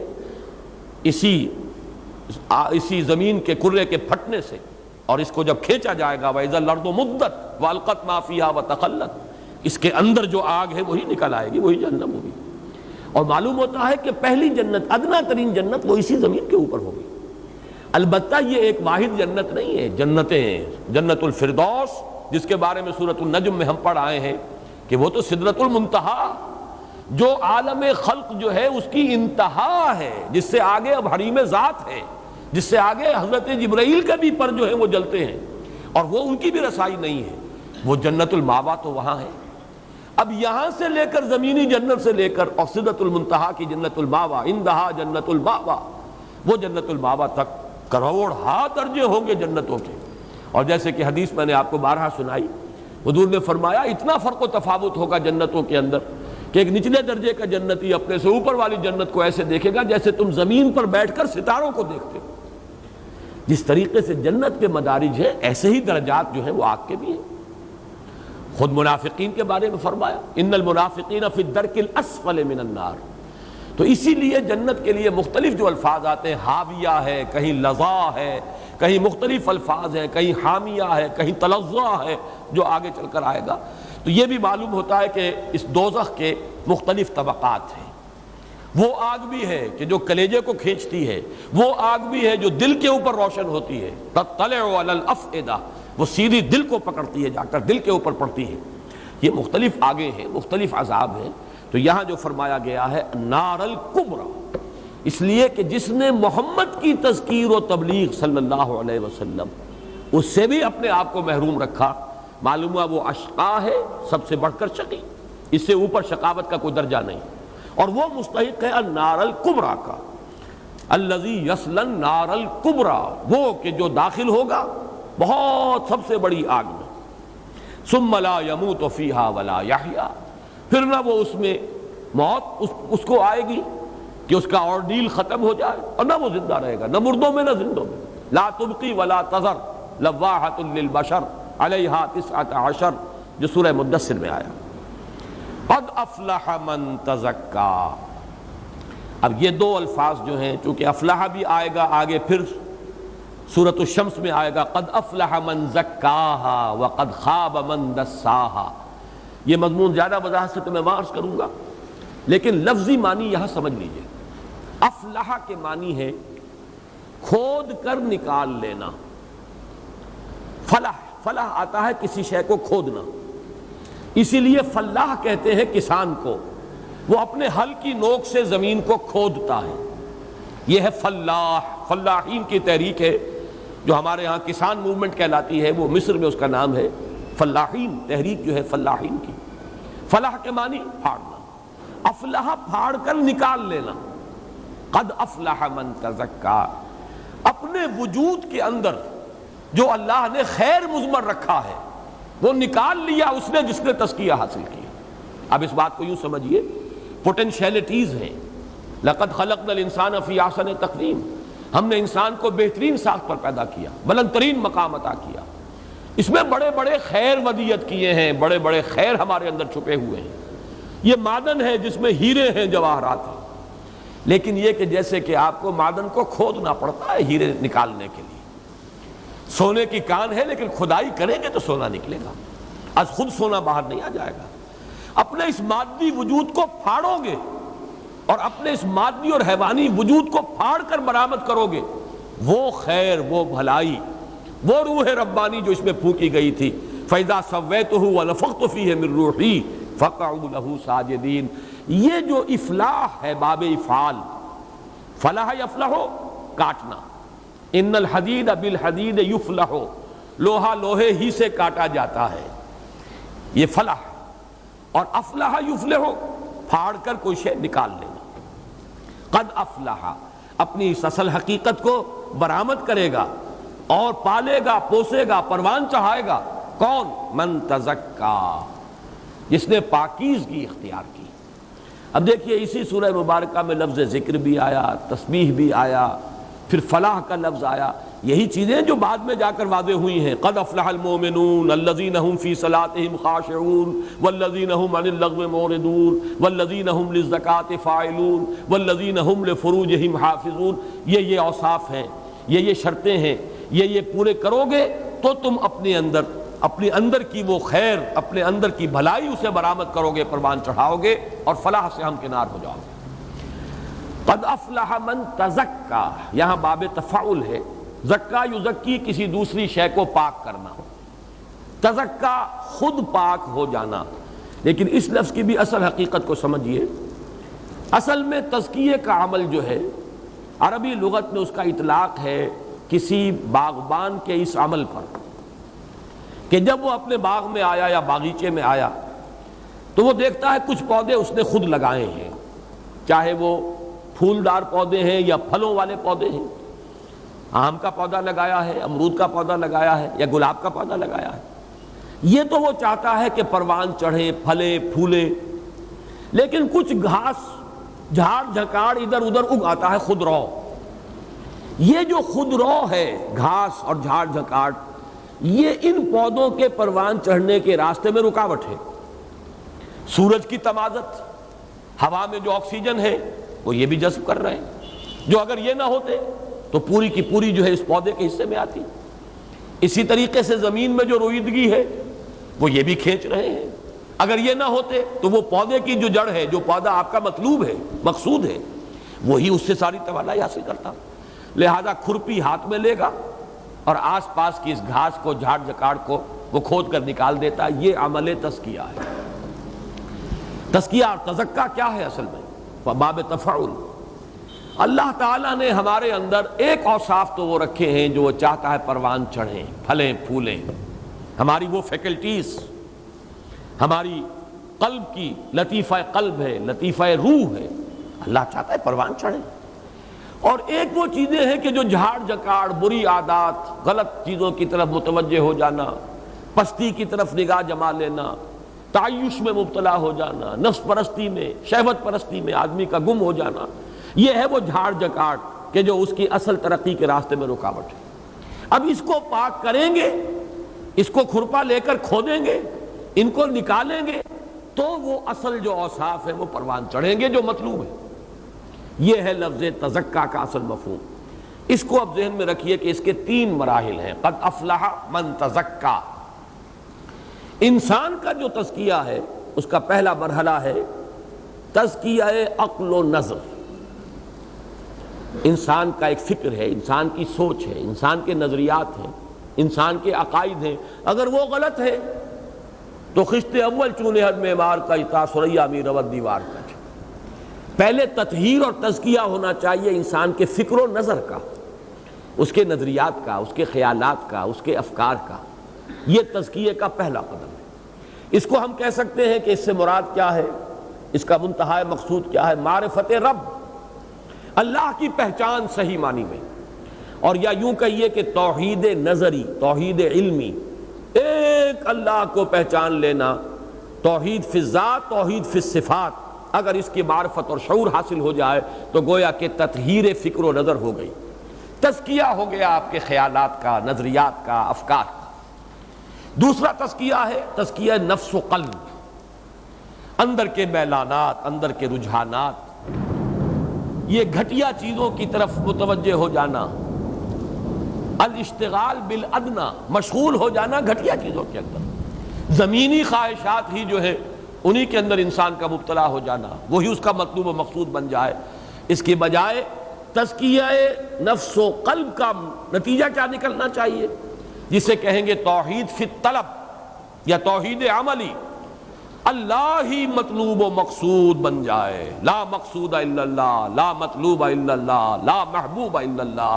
یہ کیفیت اگر ہو گئی توحید عملی، توحید فی العبادت، اللہ ہی کی بندگی اور اللہ ہی کا طالب بن جانا، یہ ہے تزکیے کا دوسرا مرحلہ. پہلا ہے تزکیہ فکر و نظر، تزکیہ عقل، تزکیہ علم، نظریات، افکار کا درست ہونا. دوسرا ہے تزکیہ نفس و قلب، میلانات، رجحانات، اپنے مقاصد گھٹیا نہ ہو، بلند ہو. منزل ماں کبریاست، مقصود و مطلوب ہو سوائے اللہ کی ذات کے اور کوئی شے نہ ہو. لا مقصود الا اللہ، لا مطلوب الا اللہ، لا محبوب الا اللہ. تیسرا تزکیہ آتا ہے تزکیہ عمل. اور اس میں ظاہر بات ہے کہ تمام اعمال جو آپ کے وجود سے صادر ہو رہے وہ صحیح ہوں گے. جب اندر کا 2 تزکیے ہو گئے، تزکیہ فکر بھی ہو گیا، تزکیہ قلب بھی ہو گیا.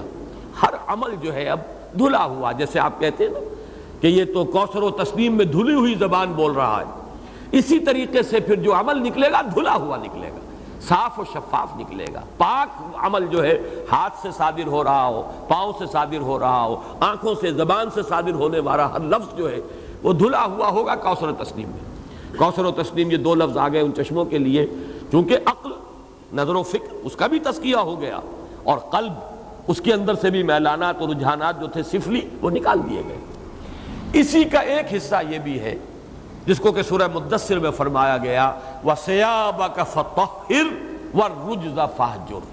اب اپنے کپڑوں کو بھی پاک رکھیے، اس لیے کہ آپ کا جسم، سب سے پہلے تو آپ کے اندر آپ کا ذہن، آپ کا فکر، آپ کا قلب، آپ کے میلانات، آپ کے مقاصد، پھر آپ کے اعمال جو صادر ہو رہے ہیں، پھر وہ لباس کہ جو آپ کے جسم کو لپیٹے ہوئے ہیں، ہر طرح کی گندگی سے، یہ جو اضافی آلودگی ہو سکتی ہے لباس کی، اس سے بھی جیسے کہ فرمایا وَثِيَابَكَ فَطَهِّرْ وَالرُّجْزَ فَاهْجُرْ۔ لیکن یہ سارے منزل کون جو پوری کر لے گا وہ ہوگا قد افلح من تزکا وذکر اسم ربہ فصلی۔ اس تزکیے کا ایک مظہر ہے، پھر اس نے یاد کیا اپنے رب کے نام کو اور پھر نماز پڑھی۔ یہاں پھر وہ ساری بحث جو کل ہم کر چکے ہیں، اسم سے مراد کیا ہے؟ اسم سے مراد مسمى بھی ہو سکتا ہے، اللہ کو یاد کیا، اور اسم چونکہ اللہ تعالیٰ کی یاد ہمارے پاس ذریعہ اس کا کیا ہے؟ اسماء ہے۔ ذکر اسم ربہ، اس نے یاد کیے اللہ کے نام، پکارا اللہ کو، جیسے کل میں آپ وہ آیت بتا چکا ہوں سورہ اعراف کی کہ وَلِلَّهِ الْأَسْمَاءُ الْحُسْنَى فَادْعُوهُ بِهَا وَذَرُوا الَّذِينَ يُلْحِدُونَ فِي أَسْمَائِهِ۔ ان ناموں کے ضمن میں کوئی الحاد نہیں ہونا چاہیے۔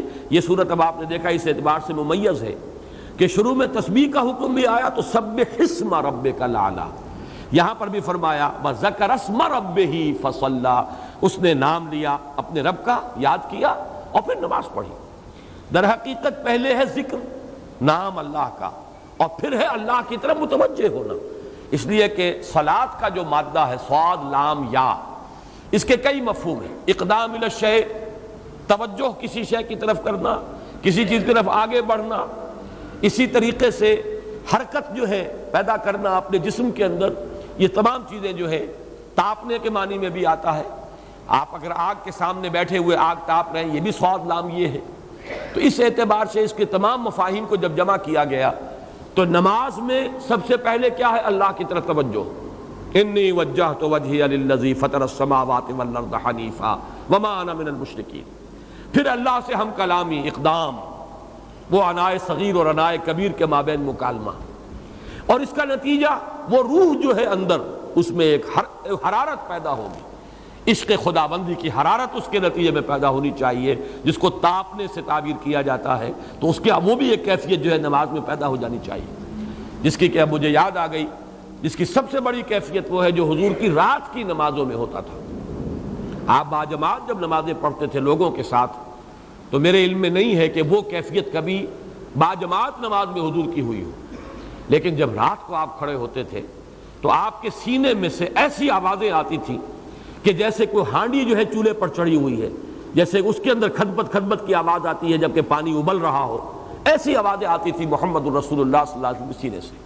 یہ وہ حرارت ہے، یہ ہانڈی پک رہی ہے اندر، اور یہ کس سے میں پک رہی ہے؟ یہ عشق خداوندی، محبت خداوندی کی آگ ہے کہ جو بھڑک اٹھی ہے اس وقت۔ یہ ہے نماز کا اصل باطن، نماز کی اصل کیفیت۔ لیکن یہ ہے کہ مجمع میں ہونے والی یہ بات نہیں ہے۔ مجمع میں تو نماز کے قواعد، ضوابط، اس کے اندر دوسرے پہلو ہوں گے۔ باجماعت نماز سوائے فجر کے زیادہ طویل نہیں ہونی چاہیے۔ کچھ پتہ نہیں، کوئی ضعیف ہے، کوئی مریض ہے، کوئی مسافر ہے، یہ لیکن اپنی نماز اس میں آپ کو اختیار حاصل ہے، ایک ایک سجدہ جو ہے آدھے آدھے گھنٹے کا کیجئے۔ کیفیت ہوتی ہے کسی وقت انسان کی کہ جی چاہتا ہی نہیں کہ سجدے سے سر اٹھائے، پڑھا رہا ہے ایک سجدے میں، کوئی بات نہیں، لیکن یہ کہ وہ نماز اور ہے، یہ نماز اور ہے، اس کے آداب اور ہیں، اس کے آداب اور ہیں۔ بعض حضرات انہی چیزوں کو اندر فرق و امتیاز نہ کرنے کی وجہ سے گڑبڑ کرتے ہیں۔ احناف کے نزدیک فرض جماعت بڑی ہلکی ہونی چاہیے، اس میں لمبے لمبے سجدے اور لمبے لمبے جو ہے رکوع والی بات جو ہے درست نہیں ہے، اس لیے کہ جماعت ہے، نہیں معلوم کس کا کیا معاملہ ہے، کوئی ضعیف ہے۔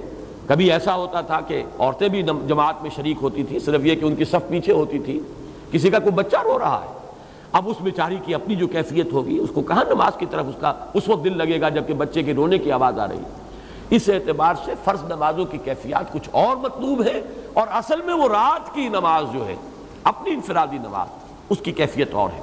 بہرحال اس سے وَذَكَرَ اسْمَ رَبِّهِ فَصَلَّىٰ بعض مفسرین نے اشارہ کیا ہے، میں نہیں سمجھتا کہ یہ اس کا لازمی مفہوم اور مدلول ہے، لیکن اشارہ ہے، اور وہ اشارہ یہ ہے کہ جمعے کی نماز پہلے خطبہ ہے، اللہ کا ذکر ہے، تذکیر ہے، جیسے کہ فذکر ان نفعت ذکرہ کے حوالے سے میں بیان کر چکا ہوں۔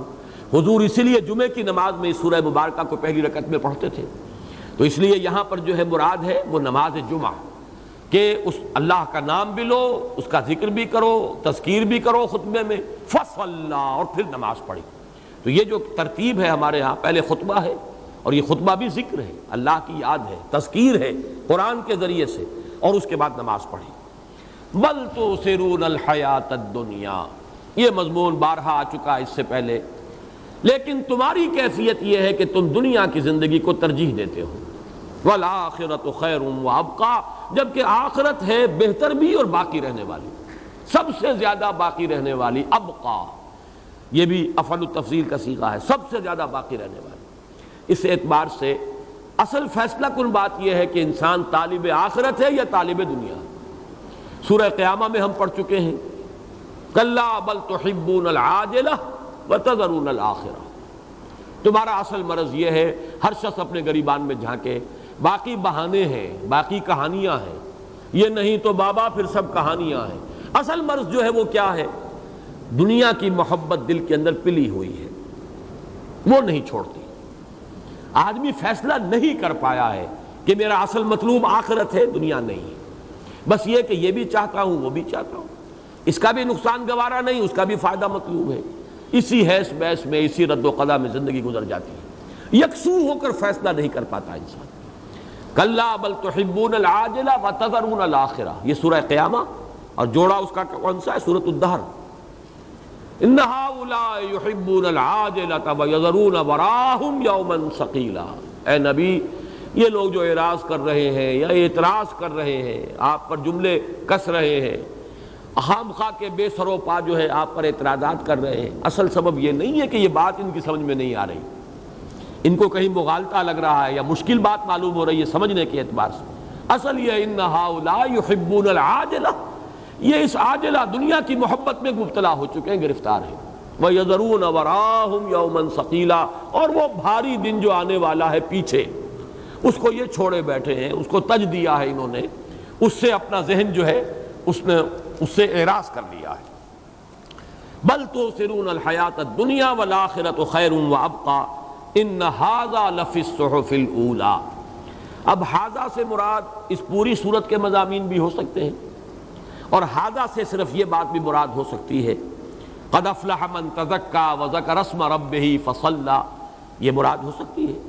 بہرحال ھذا یہی تعلیم جو اس قرآن میں آ رہی ہے، جو اے محمد صلی اللہ علیہ وسلم آج آپ کو عطا کی گئی، ان ھذا لفی الصحف الاولی، اگلے صحیفوں میں، پہلے صحیفوں میں یہی تعلیم تھی۔ دین کی بنیادی تعلیم ایک ہے، ایک لفظ توحید ہے جو آدم سے لے کر این دم تک اور تا قیام قیامت دین کا لب لباب اور خلاصہ وہی توحید ہے۔ توحید نظری، توحید علمی، توحید معرفت، توحید عملی، توحید فی العبادت، توحید فی الذات، توحید فی الصفات، یہ مختلف شکلیں ہیں اس کی، ایک ہی دین ہے، ایک ہی حقیقت ہے۔ ان ھذا لفی الصحف الاولی صحف ابراہیم و موسیٰ، صحیف ابراہیم کے بھی اور موسیٰ کے بھی، اس کا ذکر سورۃ النجم میں بھی آ چکا ہے، ام لم ینبأ بما فی الصحف الاولی صحف موسیٰ و ابراہیم الذی وفی۔ یہ صحیفے جو ہے اس کے بارے میں ایک اشکال میرے ذہن میں ہمیشہ سے رہا ہے، کبھی کبھی میں نے تذکرہ بھی کیا ہے، لیکن یہاں مجھے اب ایک قول ملا ہے تو روایت حدیث، لیکن یہ کہ اس کی سند جو ہے میں تلاش نہیں کر سکا ہوں۔ امام رازی رحمۃ اللہ علیہ اس حدیث کو لائے ہیں، اور حدیث یہ ہے کہ حضرت ابو ذر رضی اللہ تعالی عنہ نے حضور سے سوال کیا، اللہ نے کل کتنی کتابیں اتاری؟ حضور نے جواب دیا 104۔ ہمارے ہاں جو مشہور بات ہے اور تقریباً متفق علیہ بات ہے اہل سنت کے مجمع علیہ عقائد میں سے 4 کتابیں، تورات، زبور، انجیل، قرآن۔ لیکن اس حدیث میں امام راضی ہیں، ان کا معاملہ اکثر یہ ہے کہ وہ حدیث کوٹ کرتے ہیں لیکن اس کی سند بیان نہیں کرتے، حوالہ نہیں دیتے۔ اکثر و بیشتر میں نے یہ دیکھا ہے کہ ان کی احادیث صحیح ہوتی ہیں، لیکن یہ کہ وہاں ان کی عادت نہیں ہے۔ اب تو یہ کہ کوئی شخص جو ہے تخریج کرے ان کی تمام روایات کی جو انہوں نے اپنی تفسیر میں بیان کی ہیں، لیکن میں ان کے نام کو بھی اس حد تک ضرور اہم سمجھتا ہوں کہ ان کے حوالے سے یہ بات آپ کو بتا رہا ہوں کہ حضرت ابو ذر رضی اللہ تعالیٰ عنہ نے حضور سے سوال کیا کہ کل کتنی کتابیں اللہ نے نازل فرمائی؟ آپ نے فرمایا 104۔ ان کی وضاحت کی کہ 10 صحیفے، لیکن یہاں پہ اب الفاظ آئیں گے صحیفے، 10 صحیفے حضرت آدم علیہ السلام کو عطا کیے گئے، حضرت شیس کو 50 صحیفے عطا کیے گئے، حضرت ادریس کو 30 صحیفے عطا کیے، اور حضرت ابراہیم کو 10 صحیفے۔ یہ 100 صحیفے ہیں، اور 4 پھر کتابیں ہیں، تورات، زبور، انجیل اور قرآن۔ یہ روایت ہے کہ جو حضرت ابو ذر رضی اللہ تعالیٰ عنہ کے حوالے سے امام راضی رحمۃ اللہ علیہ اپنی تفسیر کبیر میں لائیں۔ اچھا، اس کا ایک ثبوت تو قرآن سے ملتا ہے، 2 جگہ پر صحف ابراہیم کا تذکرہ موجود ہے، اور صحف موسیٰ۔ اب اس میں جو میں نے غور کیا ہے تو ایک بات اور سامنے آئی ہے، اسے بھی میں اب نوٹ کرا رہا ہوں، اگرچہ یہ چیزیں ایسی ہیں جن میں مزید تحقیق و تفتیش کی ضرورت ہوگی، غور و فکر کیا جائے۔ دیکھیے، تورات کے لفظ کا اطلاق اصل میں ہوتا ہے وہ جو الواح پر لکھی ہوئی شے دی گئی ہے حضرت موسیٰ علیہ السلام، فی نسختہا، وہ تو الواح تھی، لکھی ہوئی شے، کتاب وہ تھی۔ معلوم یہ ہوتا ہے کہ یہ جو 5 بکس ہیں جو کہ اس وقت کی جو ہماری بائبل ہے، اور بائبل میں اولڈ ٹیسٹمنٹ اور نیو ٹیسٹمنٹ، اولڈ ٹیسٹمنٹ میں پہلی 5 کتابیں ہیں جو حضرت موسیٰ کی طرف وہ منسوب ہیں، the book of Genesis, the book of Exodus, the kings اور ڈیوٹرونومی، اور بھی ایک 5 کتابیں ہیں یہ بنتی، کتاب استثناء، کتاب گنتی، کتاب ملوک، اور کتاب خروج، اور کتاب پیدائش، 5 کتابیں۔ معلوم ایسا ہوتا ہے کہ ان کے لیے لفظ صحیفہ ہے، صحف ابراہیم و موسیٰ، اور جو کتاب دی گئی ہے تورات، وہ تھی وہ الواح، تورات، زبور، انجیل، قرآن۔ اس کے علاوہ 100 صحیفے ہیں، لیکن حضرت موسیٰ علیہ السلام کی شخصیت اس اعتبار سے گویا کہ جامع بن جاتی ہے ان دونوں کے مابین، اس لیے کہ یہ صحیفے سب کے سب حضرت موسیٰ علیہ السلام سے پہلے کے بیان کیے جا رہے ہیں۔ حضرت آدم، حضرت شیس، حضرت ادریس، حضرت ابراہیم، یہ صحف ہے۔ حضرت موسیٰ علیہ السلام کے لیے صحیفے کا لفظ بھی ہے اور کتاب کا لفظ بھی ہے۔ تو کتابیں 4، تورات، زبور، انجیل، قرآن، اور صحیفے یہ، اگر یہ روایت صحیح ہے، واللہ عالم، میں صرف یہاں امام راضی کا حوالہ دے رہا ہوں۔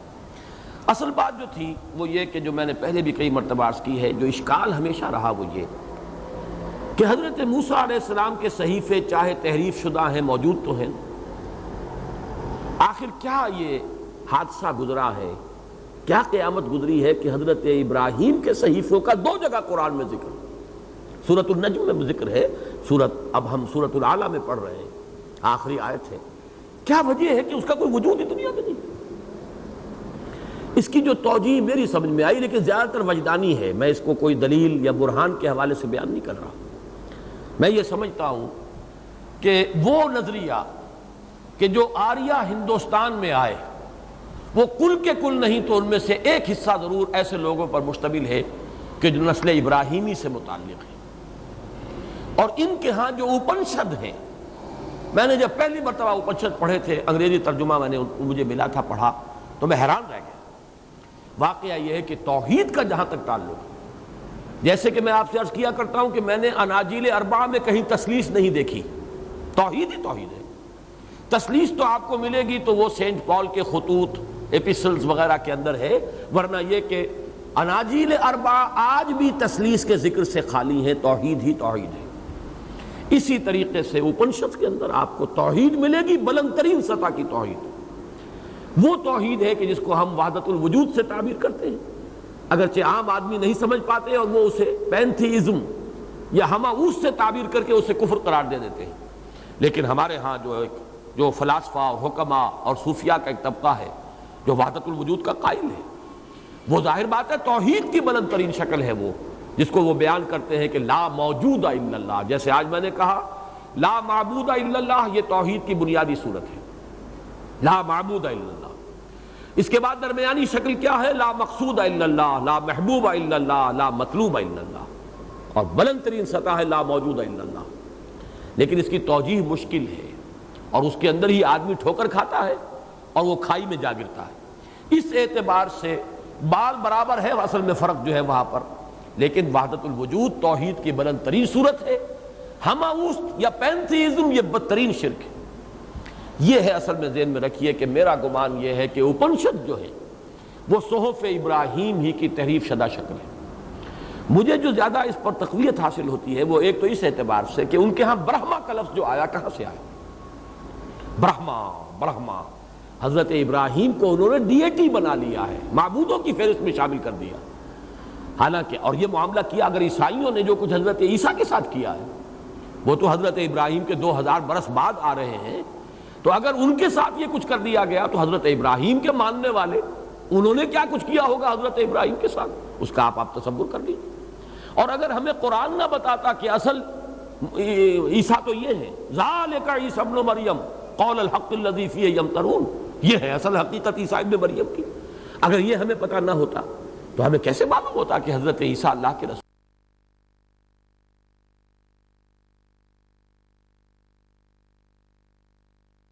تھے؟ اگر ہم سمجھتے اسی عیسیٰ کو کہ جو عیسائی مانتے ہیں تو وہ تو خدا کا بیٹا ہے، اور نہایت بدترین شرک ہے ان کو خدا کا بیٹا ماننا۔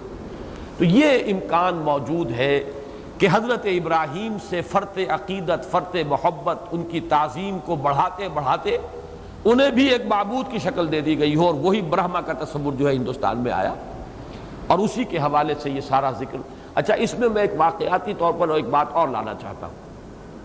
حضرت ابراہیم کے 3 بیٹوں کے بارے میں ہم جانتے ہیں، ایک حضرت اسماعیل، ان کی نسل میں حضور کی بعثت ہو گئی، ایک حضرت اسحاق، ان کے بیٹے حضرت یعقوب، ان سے بنو اسرائیل چل رہے ہیں، ایک تھے مدین یا مدیان، وہ آباد ہو گئے مدین کے علاقے میں، ان میں حضرت شعیب مبعوث ہوئے۔ لیکن اس میں ایک خلا ہے، حضرت اسحاق کے 2 بیٹے تھے جڑواں، عیسو اور یعقوب۔ یعقوب کی اولاد کا تذکرہ، عیسو کا تذکرہ نہیں ہے کہیں۔ وجہ کیا ہے؟ بنی اسرائیل اصل میں نسل پرست قوم ہے، نسلیت ہی ان کی بنیاد ہے۔ انہوں نے اپنی لائن کو تو برقرار رکھا ہے، حضرت یعقوب، یعقوب کے والد اسحاق، اسحاق کے والد ابراہیم، لیکن ادھر ادھر انہوں نے نہیں دیکھا، نہ کسی اور کے ذکر کو محفوظ رکھا، نہ اس سے کوئی محبت رکھی، نہ ان کا کہیں تذکرہ جو ہے وہ اپنی کتابوں میں آنے دیا۔ یہی وجہ ہے کہ حالانکہ سیمیٹک ریس ہے جس میں حضرت ابراہیم بھی ہے، انہی سیمیٹک ریس کے اندر جو ہے حضرت ہود مبعوث کیا گیا، ان کا کوئی ذکر تورات میں موجود نہیں، حضرت صالح کا کوئی ذکر تورات میں موجود نہیں، حالانکہ یہ بھی نسل تو ایک ہی ہے، لیکن انہوں نے اس نسل میں بھی جو اپنی خاص لائن ہے، اپنے آباء و اجداد، حضرت عیسو تو ان کے چچا بنے نا، حضرت یعقوب کے بیٹوں کے چچا ہوئے، حضرت دایا ہوئے، اس لیے کہ پہلے ان کی ولادت ہوئی ہے، اور الفاظ تورات میں یہ ہے کہ یعقوب اپنے بھائی عیسو کی ایڑیاں پکڑے ہوئے تولد ہوا، تو گویا کہ بڑے وہ ہیں، تو تایا ان کا کوئی ذکر نہیں، کہاں گئے؟ ہو سکتا ہے جیسا کہ اس زمانے میں ہوتا تھا، حضرت ابراہیم علیہ السلام اور حضرت لوط کے مابین بھی یہ معاملہ ہو گیا تھا کہ ان دونوں کا پیشہ کیا تھا؟ ذریعہ معاش، بھیڑیں بکریاں پالنا، چراگاہیں تلاش کرتے تھے، اور ایک وقت ایسا آیا کہ حضرت لوط کے جو لوگ تھے کارندے اور حضرت ابراہیم کے جو کارندے تھے آپس میں لڑ پڑے، اور حضرت ابراہیم نے فرمایا کہ لوط سے کہ اب بہتر یہ ہے کہ تم یہاں سے جاؤ، اور اللہ تعالیٰ کی طرف سے بھی حکم آ گیا کہ جاؤ صدوم اور عمورہ کی بستیوں میں جا کر نبوت کرو اور انذار کرو۔ اسی طرح ہو سکتا ہے کہ حضرت یعقوب کی اولاد یا ان کے کارندوں میں اور حضرت عیسو کے اولاد اور ان کے کارندوں میں کوئی جھگڑا ہوا ہو، اور اس کے بعد وہ وہاں سے ترک وطن کر کے چلے گئے ہوں۔ جیسے لغاریوں کے بارے میں مجھے معلوم ہے، لغاریوں کی اصل جگہ چوٹی ہے، ضلع ڈیرہ غازی خان میں، لیکن 2 بھائیوں کی لڑائی ہوئی، ایک بھائی کو شکست ہو گئی، وہ بھائی چھوڑ کر چلا گیا، دریائے سندھ اس نے کراس کیا، ریاست بھاولپور میں گیا، ریاست بھاولپور کے نواب نے ان کی آؤ بھگت کی، اسے زمین عطا کی، اب وہ لغاریوں کی ایک شاخ ریاست بھاولپور میں، حالانکہ اصل لغاری جو قبیلہ ہے وہ تو اب بھی، وہ جو اصل ان کی ہے گدی، وہ تو اب بھی جو ہے چوٹی میں ہے، اور ڈیرہ غازی خان ان کا اصل مسکن نہیں۔ یہی دنیا میں ہوتا تھا، تو مجھے کافی اس کے اندر قرائن نظر آ رہے ہیں کہ حضرت عیسو کی اولاد وہ وہاں سے کسی اسی طرح کے قبائلی جھگڑے کی وجہ سے ترک وطن کر کے ہندوستان آئی ہو، اور صحف ابراہیم صرف ان کے پاس رہ گئے۔ اور یہودیوں نے اس کے بعد، چونکہ ان کے ہاں تو اصل جو ہے اہمیت پھر حضرت موسیٰ علیہ السلام کی ہوئی ہے، ان کی کوئی حفاظت نہیں کی صحف ابراہیم کی، اور پھر یہ ہے کہ حضرت موسیٰ علیہ السلام کے صحیفے اور حضرت موسیٰ علیہ السلام کو جو الواح دی گئیں وہی ان کے ہاں محفوظ رہ گئیں، اگرچہ وہ محفوظ اس معنی میں نہیں رہیں، اب وہ الواح بھی کہیں موجود نہیں ہے دنیا میں، اور جو صحیفے ہیں دی 5 بکس، پہلی 5 کتابیں جو ہے اولڈ ٹیسٹمنٹ کی، ان میں بھی تحریفیں ہو گئی ہیں، اس لیے کہ وہ بھی گم ہو گئی۔ نیبوکڈنیزر کے حملے کے بعد اصل تورات گم، اصل صحیفے گم، بعد میں انہوں نے یہ سب کچھ اپنی یادداشت سے لکھا ہے۔ تو یہ میرا گمان ہے کہ صحف ابراہیم، یہ صرف اس کے لیے قرائن صرف کہ میں پیش کر رہا ہوں، میں اسے دلائل یا براہین کے درجے کی بات نہیں سمجھتا، لیکن یہ فوڈ فار تھاٹ ہے، یہ ایک موضوع ہے کہ اس پر اگر کوئی تحقیق کرے، غور و فکر کرے، تو میں سمجھتا ہوں کہ اس کے لیے کافی مواد اسے مل جائے گا۔ اب ہم آ رہے ہیں اگلی سورت پر، سورہ غاشیہ۔ جیسا کہ میں نے عرض کیا، اس سورہ مبارکہ میں اس کا اکثر حصہ جو ہے، یعنی 16 آیات، 1 + 6 + 9، 16 آیات جو ہے کل 26 آیات میں سے، وہ تو تذکیر آخرت پر مشتمل ہے، جن کی کسی وضاحت کی اس اعتبار سے بھی ضرورت نہیں کہ بارہا یہ مضامین آ چکے، دوسرے یہ کہ ان کی اصل حقیقت کو ہم اس وقت سمجھ ہی نہیں سکتے۔ ارشاد ہوتا ہے حل اتاک حدیث الغاشیہ، یہ حل استفہام تقریری ہے، آ گئی ہے تمہارے پاس خبر اس ڈھانپ لینے والے کی، چھا جانے والی مصیبت، قیامت، القارعہ، الحاقہ، الساعہ، وہ جب آئے گی چھا جائے گی۔ ان زلزلۃ الساعۃ شیء عظیم، کیا آ گئی تمہارے پاس خبر؟ یعنی آ گئی ہے تمہارے پاس خبر۔ یہ استفہام نہیں، استفہام تقریری ہے کہ لوگوں تم یہ نہیں کہہ سکو گے ہمیں خبردار نہیں کیا گیا۔ حل اتاک حدیث الغاشیہ، اب اس کی شرح ہے وجوہ یومئذ خاشعہ، بہت سے چہرے ہوں گے اس دن اترے ہوئے، دبے ہوئے، اداس۔ خشع کا اصل مفہوم ہوتا ہے جھک جانا، لیکن یہ کہ یہاں چہرہ جھکنا، چہرہ اتر جاتا ہے، ایک ہے تر و تازہ چہرہ، اس کے اندر ایک ابھار کی کیفیت ہوتی ہے، لیکن اترا ہوا اداس چہرہ۔ وجوہ یومئذ خاشعہ، خجالت، شرمندگی، خجالت، اس کی وجہ سے وجوہ یومئذ خاشعہ عاملۃ ناصبہ، عاملہ جیسے کہ بہت عمل کیا ہو، مشقت اٹھائی ہو، اس سے جو کیفیت انسان کی ہو جاتی ہے، ایگزاسٹڈ۔ ناصبہ نصب بھی کہتے ہیں، کوئی مشقت طلب، بہت ہی محنت طلب کام کیا ہو، اس کے بھی آثار ہوتے ہیں، تکان کے جو آثار ہیں یہ بھی۔ اور یہ نوٹ کر لیجئے کہ عمل اور فعل میں یہی فرق ہے عربی زبان میں، فعل کسی بھی فعل کو کہہ دیں گے، کوئی کام، چاہے وہ بالارادہ ہو چاہے بلا ارادہ ہو، چاہے مشقت طلب ہو چاہے اس میں کوئی مشقت نہ پڑتی ہو، لیکن عمل کہتے ہیں اس کو جو مشقت طلب ہو اور جو ارادے کے ساتھ کیا جائے وہ عمل ہے۔ عاملہ، بہت مشقت اٹھایا ہوا انسان، ناصبہ، نہایت تکان سے چور چور، تو چہرہ بجھا ہوا ہوگا، وہ کیفیت ہے وجوہ یومئذ خاشعہ عاملۃ ناصبہ۔ یہاں نوٹ کر لیجئے کہ اس سے پہلے ہم سورہ قیامہ میں پڑھ چکے ہیں، یہ میدان حشر کا نقشہ ہے۔ وجوہ یومئذ ناظرۃ الی ربہا ناظرہ ووجوہ یومئذ باسرۃ تظن ان یفعل بہا فاقرہ۔ وہاں دو آیات کے اندر تقابل کیا گیا، بہت سے چہرے ہوں گے تر و تازہ اپنے رب کی طرف دیکھتے ہوئے، بہت سے چہرے ہوں گے سوکھے ہوئے، اور ان پر یہ خوف مسلط ہوگا کہ اب ان کے ساتھ وہ سلوک کیا جائے گا کہ جو ریڑھ کی ہڈی کو توڑ دینے والا ہے۔ پھر یہی مضمون جو ہے سورہ عبس میں آ چکا ہے، وجوہ یومئذ مسفرۃ ضاحکۃ مستبشرہ ووجوہ یومئذ علیہا غبرۃ ترہقہا قطرہ۔ بہت سے چہرے ہوں گے روشن، تر و تازہ، ضاحکہ، ہنستے ہوئے، مسکراہٹ ہوگی ان کے چہروں پر، مستبشرہ، وہ خوشیاں منا رہے ہوں گے، امیدوار ہوں گے کہ آج بشارت حاصل کر رہے ہوں گے اللہ کے انعامات کی۔ اور دوسرے چہرے ہوں گے علیہا غبرہ، غبار آلود، ترہقہا قطرہ، مایوسی کی سیاہی ان کے اوپر تھپی ہوئی ہوگی۔ ان دونوں مقامات پر صرف یہی تک بات رکھی گئی، میدان حشر کا تقابلی مطالعہ، جس کے لیے پھر ذکر کر رہا ہوں، بارہا کہہ چکا ہوں، اس کی بہترین تمثیل ہے ہائی اسکول میں جب رزلٹ ڈکلیئر ہوتا ہے تو کھڑے ہوتے ہیں سامنے سب کے سب. آخر ہم نے بھی 6 سال تو ہائی اسکول میں گزارے تھے. تو جب رزلٹ کا اعلان ہونا ہوتا ہے تو رزلٹ اصل میں لوگوں کے، طالب علموں کے ماتھوں پر لکھا ہوتا ہے. کسی کا چہرہ اترا ہوا، اسے پتا ہے میں کیا کر کے آیا ہوں. ابھی وہ چاہے کسی نے ڈکلیئر کیا ہو نہ کیا ہو، ہی نوز اٹ. بل الانسان علی نفسہ بصیرہ، انسان جانتا ہے اپنے آپ کو میں کتنے پانی میں ہوں. اور کسی کا چہرہ کھلا ہوا ہوگا، اسے فکر ہوگی تو اس کی ہوگی کہ میں فرسٹ آ رہا ہوں یا نہیں آ رہا. اس کا کوئی امکان نہیں کہ وہ فیل ہو رہا ہو. تو یہی نقشہ ہوگا میدان حشر میں، ہر ایک کو معلوم ہوگا کہ میں کیا ہوں. اس اعتبار سے تقابل. لیکن یہاں جو ہے اس سورہ مبارکہ میں وہ میدان حشر کی کیفیت کے بعد جو اب اگلا انجام ہے وہ بھی بیان ہو رہا ہے. تسلا نارن حامیہ، اس میدان حشر سے جب اگلا مرحلہ ہے وہ داخل ہو کر رہیں گے اس آگ میں جو تپنے والی آگ ہے، تپش والی آگ. تسقا من عین آنیہ، پلایا جائے گا انہیں اس چشمے کا پانی جو کھولتا ہوا ہوگا. آنیہ، کھولتا ہوا. یہ باتیں پہلے بھی آ چکی ہیں. لیس لہم طعام الا من ضریع، نہیں ہوگی ان کے لیے کوئی غذا، کوئی کھانا سوائے جھاڑ جھکاڑ خاردار جو جھاڑیاں ہوتی ہیں انہی میں منہ ماریں گے. اس سے مراد یہ نہیں ہے کہ صرف یہی ہوگا، بلکہ اس نوع کی چیزیں، جیسے کہ سورہ دخان میں ہے ان شجرۃ الزقوم طعام الاسیم کالمہل یغلی فی البطون کغلی الحمیم.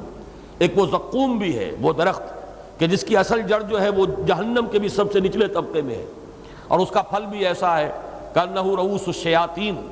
لیکن وہ کھائیں گے، لیکن وہ پیٹوں کے اندر جا کر اس طریقے سے اس کی حدت ہوگی، حرارت ہوگی کہ اب ان کے پیٹ جو ہے جیسے کہ ہانڈی چولہے کے اوپر جوش کھاتی ہے ایسے جوش کھائیں گے. اسی طریقے سے سورہ حاقہ میں ہم پڑھ چکے ہیں ان کے لیے نہیں ہے ولا طعام الا من غسلین، زخموں کا دھون ہے صرف وہ ملے گا. لا یاکلہ الا الخاطئون، نہیں کھاتے اس کو، نہیں کھائیں گے مگر یہ خطا کار گناہ گار. اسی نوع کی ایک شے جو ہے وہ ذریع ہے، کانٹوں دار جھاڑیاں، ان میں منہ ماریں گے بھوک سے بیتاب ہو کر.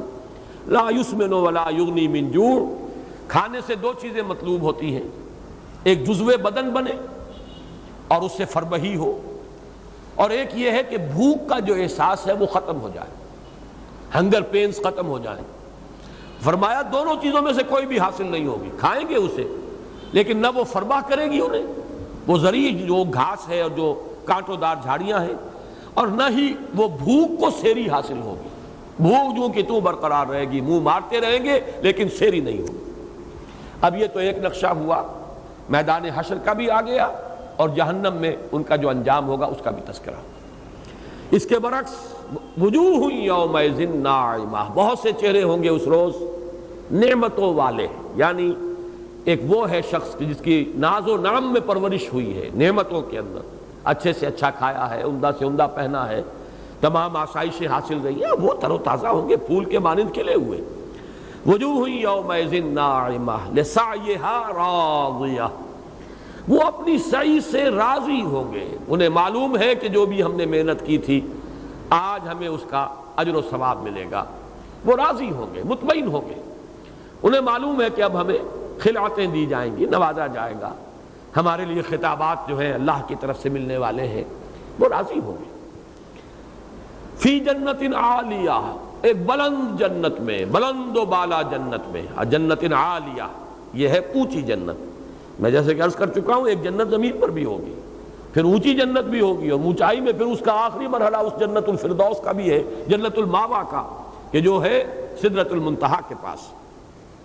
لا تسمع فیہا لاغیہ، نہیں سنیں گے وہ اس میں کوئی لغو بات، یعنی کوئی گالی دے یا کوئی اور ملامت کرے، اس کا تو کوئی سوال ہی نہیں. یہ تو بڑی کثیف بات ہوتی ہے.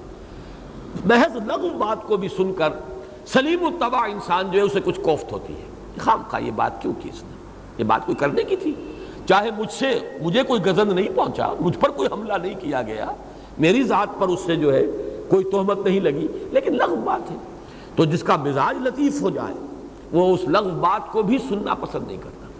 لا تسمع فیہا لاغیہ، اسی کو سورہ واقعہ میں ہم پڑھ رہے ہیں. لا یسمعون فیہا لغوا ولا تاثیما الا قیلا سلاما سلاما، ہر طرف سے سلام اور سلام ہی کی آوازیں ہوں گی.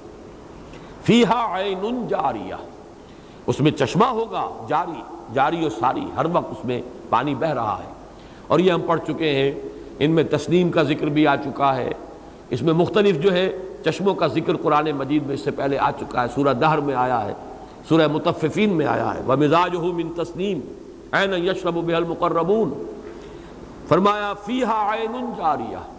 بلکہ سورہ رحمان میں ہم پڑھ چکے ہیں فیہما عینان تجریان، اور پھر جو دو پچھلی جنتیں ہیں فیہما عینان نضاختان، تو چشمے جاری ہوں گے۔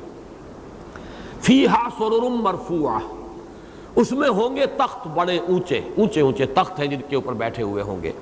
سریر کہتے ہیں چارپائی کو بھی، ہمارے ہاں جو لفظ چارپائی کے لیے سریر کا لفظ آتا ہے، لیکن یہ کہ ذرا اونچی چارپائی ہو اور اس کے اوپر تکیہ گاؤ تکیے لگے ہوئے ہوں۔ فیہا سرر مرفوعہ واکواب موضوعہ، اور جام رکھے ہوئے ہوں گے آب خورے۔ اصل میں یہ انگریزی کا لفظ کپ جو ہے یہ عربی ہی سے منتقل ہوا ہے، کوب سے کپ بنا ہے، اصل لفظ عربی کا ہے۔ اور یہ بہت سے الفاظ نوٹ کر لیجئے، چونکہ انگریزی تو چاہے زبان قدیم ہو لیکن اس انگریزی زبان میں علم تو نہیں تھا کبھی۔ علم جو تھا اصل میں سائنٹیفک جو علوم ہیں وہ تو عربوں نے منتقل کیے ہیں ہسپانیہ میں، ہسپانیہ کے ذریعے سے، اور پھر یہ علوم آگے گئے ہیں۔ اسی لیے ارتھ کیا ہے؟ ارد نے انگریزی میں جا کر ارتھ کی شکل اختیار کی ہے۔ مرر کہتے ہیں شیشے کو، یہی مرر بن گیا ہے، مرر۔ کیمیا کیمسٹری بنی ہے۔ الجبرا کیا ہے؟ الجبر والقدر۔ تو یہ تمام الفاظ جو ہیں، تو یہ کپ جو لفظ ہے اصل میں یہ کوب، اکواب اس کی جمع ہے، کوئی پیالہ جس کے اندر کے پکڑنے کی کوئی شے بھی ہے، وہ بھی رکھے ہوئے ہوں گے۔ اب ہمارے ہاں ترجمہ آب خورا کر دیا جاتا ہے، جام کر دیے، جو بھی کیجئے، لیکن یہ کہ پیالے دھرے ہوں گے، وَأَكْوَابٌ مَوْضُوعَةٌ، دھرے ہوں گے بڑے سلیقے سے، قرینے سے، بڑی عمدگی کے ساتھ۔ وَنَمَارِقُ مَصْفُوفَةٌ، اور قالین ہوں گے بچھے ہوئے برابر صف، جیسے کہ قطار کے اندر لگے ہوئے ہوں قالین۔ یہاں مجھے حیرت ہوئی کہ مولانا مودودی صاحب نے نمارق کا ترجمہ کیا تکیے، کہاں سے کیا واللہ عالم، سمجھ میں نہیں آیا۔ مولانا اصلاحی صاحب نے آگے زرابی کا ترجمہ تکیے کیا ہے۔ ان دونوں حضرات کے ذہن پر لفظ تکیہ جو ہے کچھ زیادہ ہی وہ رہا ان کے سوار، حالانکہ بقیہ کسی نے بھی لفظ تکیہ کا ذکر کیا ہی نہیں ان آیتوں میں، لیکن یہ کہ انہوں نے نمارق کا ترجمہ تکیے کیا۔ حالانکہ میں حیران ہوا کہ بڑے مشہور اشعار ہیں جو ہند زوجہ ابو سفیان، جو بیٹی تھی عتبہ ابن ربیعہ کی، اور جس کے دل میں نہایت انتقام کی آگ بھڑک رہی تھی، اس لیے کہ باپ بھی قتل ہو گیا بدر میں، بھائی قتل ہو گیا، چچا قتل ہو گیا، اس گھر کا تو یوں سمجھیے کہ پورا کا پورا جو ہے سلسلہ ختم ہو گیا۔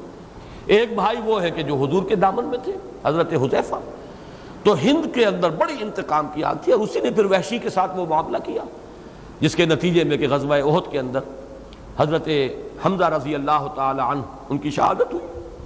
تو اس کے اشعار آتے ہیں کہ غزوہ احد میں مقابلہ اب شروع ہونے سے پہلے یہ بہت سی عورتوں کو ساتھ لے کر گئی تھی، اور اس نے آگے بڑھ کر پہلے جو ہے وہ اشعار جو ہیں رجز کے انداز میں اشعار پڑھے ہیں، حوصلہ بڑھایا ہے اپنے ان لشکریوں کا۔ تو اس میں الفاظ آتے ہیں نحن بنات الطارقی نمشی علی النمارقی ان تقبلوا نعانقی ان تدبروا نفارقی، ہم ہیں ستاروں کی اولاد، طارق والسماء والطارق وما ادراک ما الطارق نحن بنات الطارق، ہم بیٹیاں ہیں ستاروں کی، نمشی علی النمارقی، اور ہم تو چلتی ہیں زمین پر نہیں چلتی، بلکہ ہمارے نیچے تو بڑے اعلیٰ قالین ہوتے ہیں جن پر کہ ہم چہل قدمی کرتی ہیں۔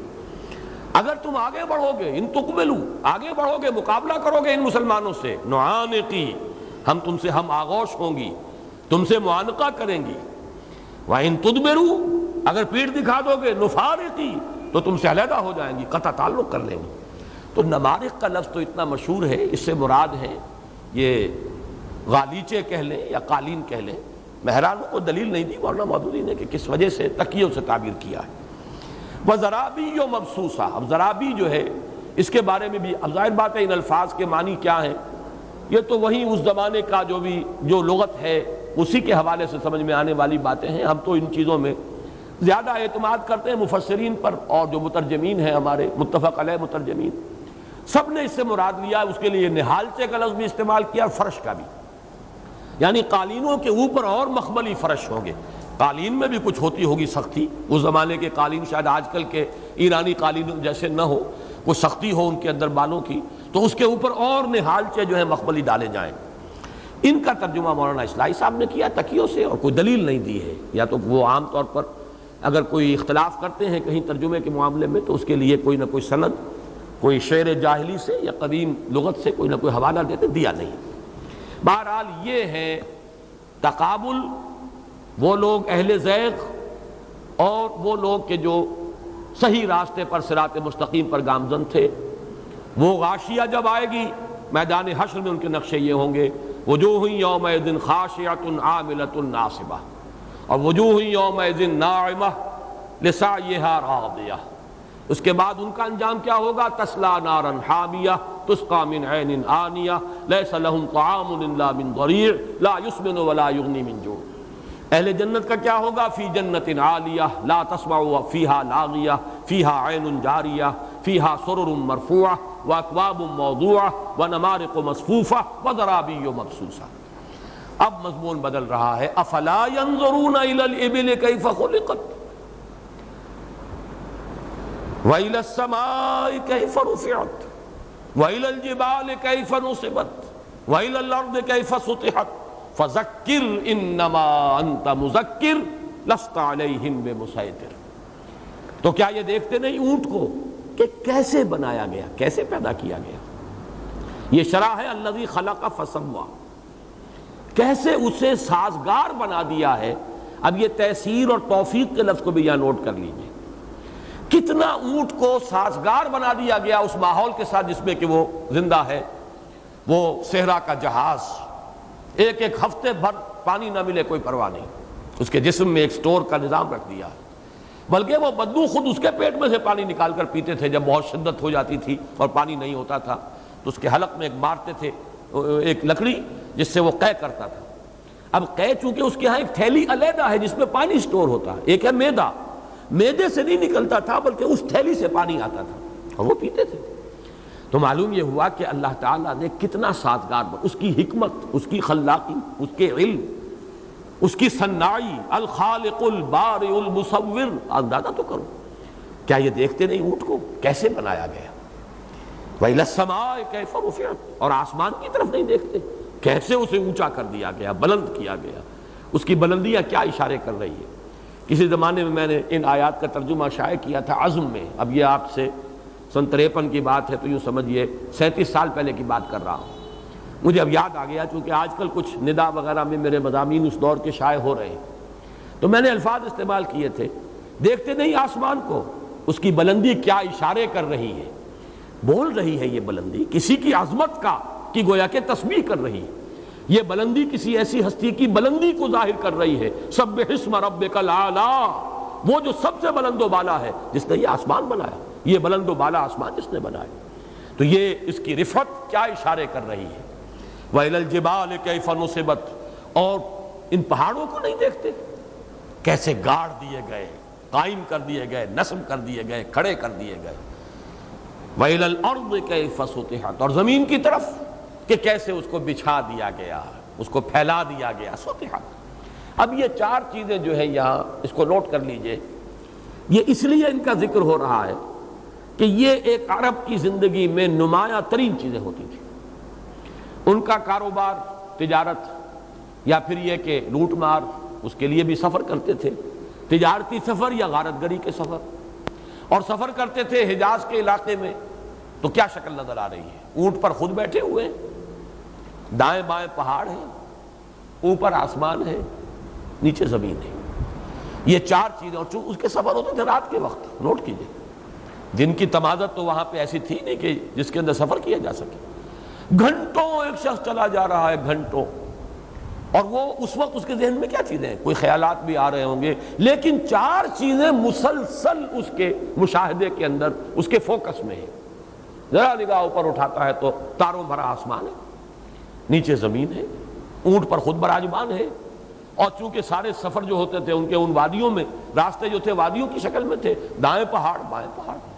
افلا ينظرون الى الابل كيف خلقت وإلى السماء كيف رفعت وإلى الجبال كيف نصبت الی الارض کیف سطحت۔ مراد صرف 4 چیزیں نہیں ہیں، بلکہ جیسے کہ ہم بارہا پڑھ چکے ہیں، کائنات کا ذرہ ذرہ اللہ کی نشانی ہے، ذرہ ذرہ اللہ کی تسبیح کے اندر مصروف ہے۔ یسبح للہ ما فی السماوات وما فی الارض وَإِن مِّن شَيْءٍ إِلَّا يُسَبِّحُ بِحَمْدِهِ وَلَٰكِن لَّا تَفْقَهُونَ تَسْبِيحَهُم۔ برگ درختان سبز در نظر ہوشیار، ہر ورق دفتر است از معرفت کردگار۔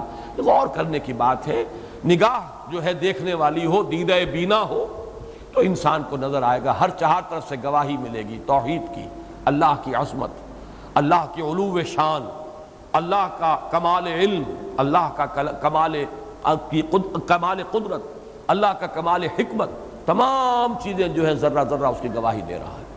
اسی کو قرآن یوں بھی کہتا ہے کہ ہر شے اللہ کی نشانی ہے، یوں بھی کہتا ہے ہر شے اللہ کی تسبیح بیان کر رہی ہے۔ اب آیا لفظ فذکر انما انت مذکر، تو اے نبی آپ تذکیر کرائیے۔ تذکیر کا مفہوم اب یہاں جان لیجئے، معرفت رب اور توحید اور محبت رب انسان کے اندر موجود ہے، روح کے اندر اللہ کی محبت ہے، قلب کے اندر اللہ کی معرفت ہے۔ صرف یہ ہے کہ خواہشات، شہوات، سفلی آرزوئیں، دنیا کی محبت، حب جاہ، حب مال، حب شہوت، انہوں نے پردے ڈال دیے۔ اصل تذکیر ہے پردے اٹھانے ہیں، صرف سوائے کشف المحجوب، جو میں نے بارہا کہا مجھے یہ نام بڑا عظمت کا حامل نظر آتا ہے، شیخ علی حجویری کی کتاب کا نام کشف المحجوب۔ حجاب میں آئے ہوئے ہمارے دل پردے پڑ گئے ہیں، پردوں کو اٹھانا ہے۔ اندر تو سب کچھ موجود ہے، جیسے کہ مولانا روم فرماتے ہیں کہ ایک سن تراش تھا اور وہ چٹان میں سے وہ شیر کی تصویر بنائی، اس نے تصویر نکال دیا مجسمہ۔ اس کے بچے نے پوچھا بابا یہ آپ نے اس پتھر میں سے شیر کیسے پیدا کر دیا؟ اس کا جواب دیکھیے، بیٹے شیر تو پتھر میں موجود تھا، اس پر کچھ پردے پڑے ہوئے تھے، میں نے پردے ہٹا دیے۔ ظاہر بات ہے پتھر اس نے کریٹ نہیں کیا، وہ وہاں تھا، اس کے ذہن میں ایک نقشہ آیا، وہ سارا مواد تو وہاں تھا، صرف جہاں جہاں اس نے دیکھا یہاں سے ذرا 1 فٹ گہرائی کر دینی ہے، یہاں سے 1 انچ ہٹانا ہے، یہ کھودنا ہے اتنا، معلوم ہوا کہ وہاں سے برآمد ہو گیا، اندر تو تھا موجود۔ یہی بات ہے ایمان باللہ، محبت خداوندی، معرفت رب، فطرت انسانی میں، قلب انسانی میں موجود ہے۔ میں نے تفصیل سے بحث کی اس پر نبی اکرم صلی اللہ علیہ وسلم کا مقصد بعثت نامی کتابچے میں اپنے، کہ یہ لطیفہ قلب، لطیفہ روح، یہ کیا ہے، ان میں کیا کچھ مثمر ہے؟ بس یہ ہے کہ ذہول ہے، عدم توجہ ہے، کسی اور شے میں گم ہو گیا انسان۔ کافر کی یہ پہچان کے آفاق میں گم ہے، مومن کی یہ پہچان کہ گم اس میں ہے آفاق۔ اس گمشدگی سے نکالنا ہے اور کچھ بھی نہیں۔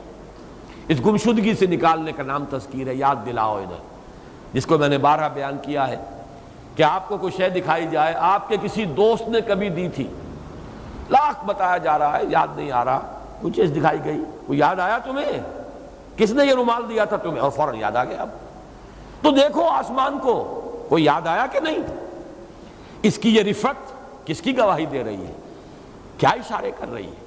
دیکھو اس زمین کو، اس کی روئیدگی کو، کیسے ماں کی گود کے مانند بنا دیا گیا اس کو، تمہارے لیے حیات بخش، کسی کی ربوبیت کا مظہر ہے یہ۔ دیکھو ان پہاڑوں کو، کسی کی عظمت کی یہ نشاندہی کر رہے ہیں۔ دیکھو اس اونٹ کو، کسی کی حکمت کا کمال جو ہے وہ تمہیں اس اونٹ سے معلوم ہوگا۔ تو اللہ کی عظمت، اس کی علو شان، اس کی توحید، اس کی کمال قدرت، اس کا کمال علم، اس کا کمال حکمت، یہ تمام ان چیزوں سے حویدہ ہے۔ فذکر انما انت مذکر، تو اے نبی آپ تو بس تذکیر کیجئے، یاد دہانی کیائیے، آپ نہیں ہیں مگر صرف ایک یاد دہانی کرانے والے۔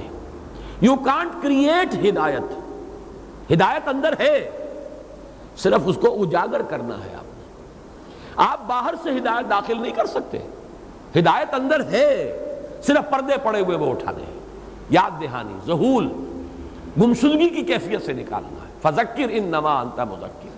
اور اگر کسی کی اندر کی وہ حس مر چکی ہے تو آپ کو کوئی اختیار حاصل نہیں ہے۔ انک لا تہدی من احببت ولکن اللہ یہدی من یشاء، یہ نہیں ہے کہ جس کو آپ چاہیں ہدایت دے دیں، یہ تو اللہ کا فیصلہ، جس کو چاہے ہدایت دے دیں، اس کا اختیار اس کا ہے۔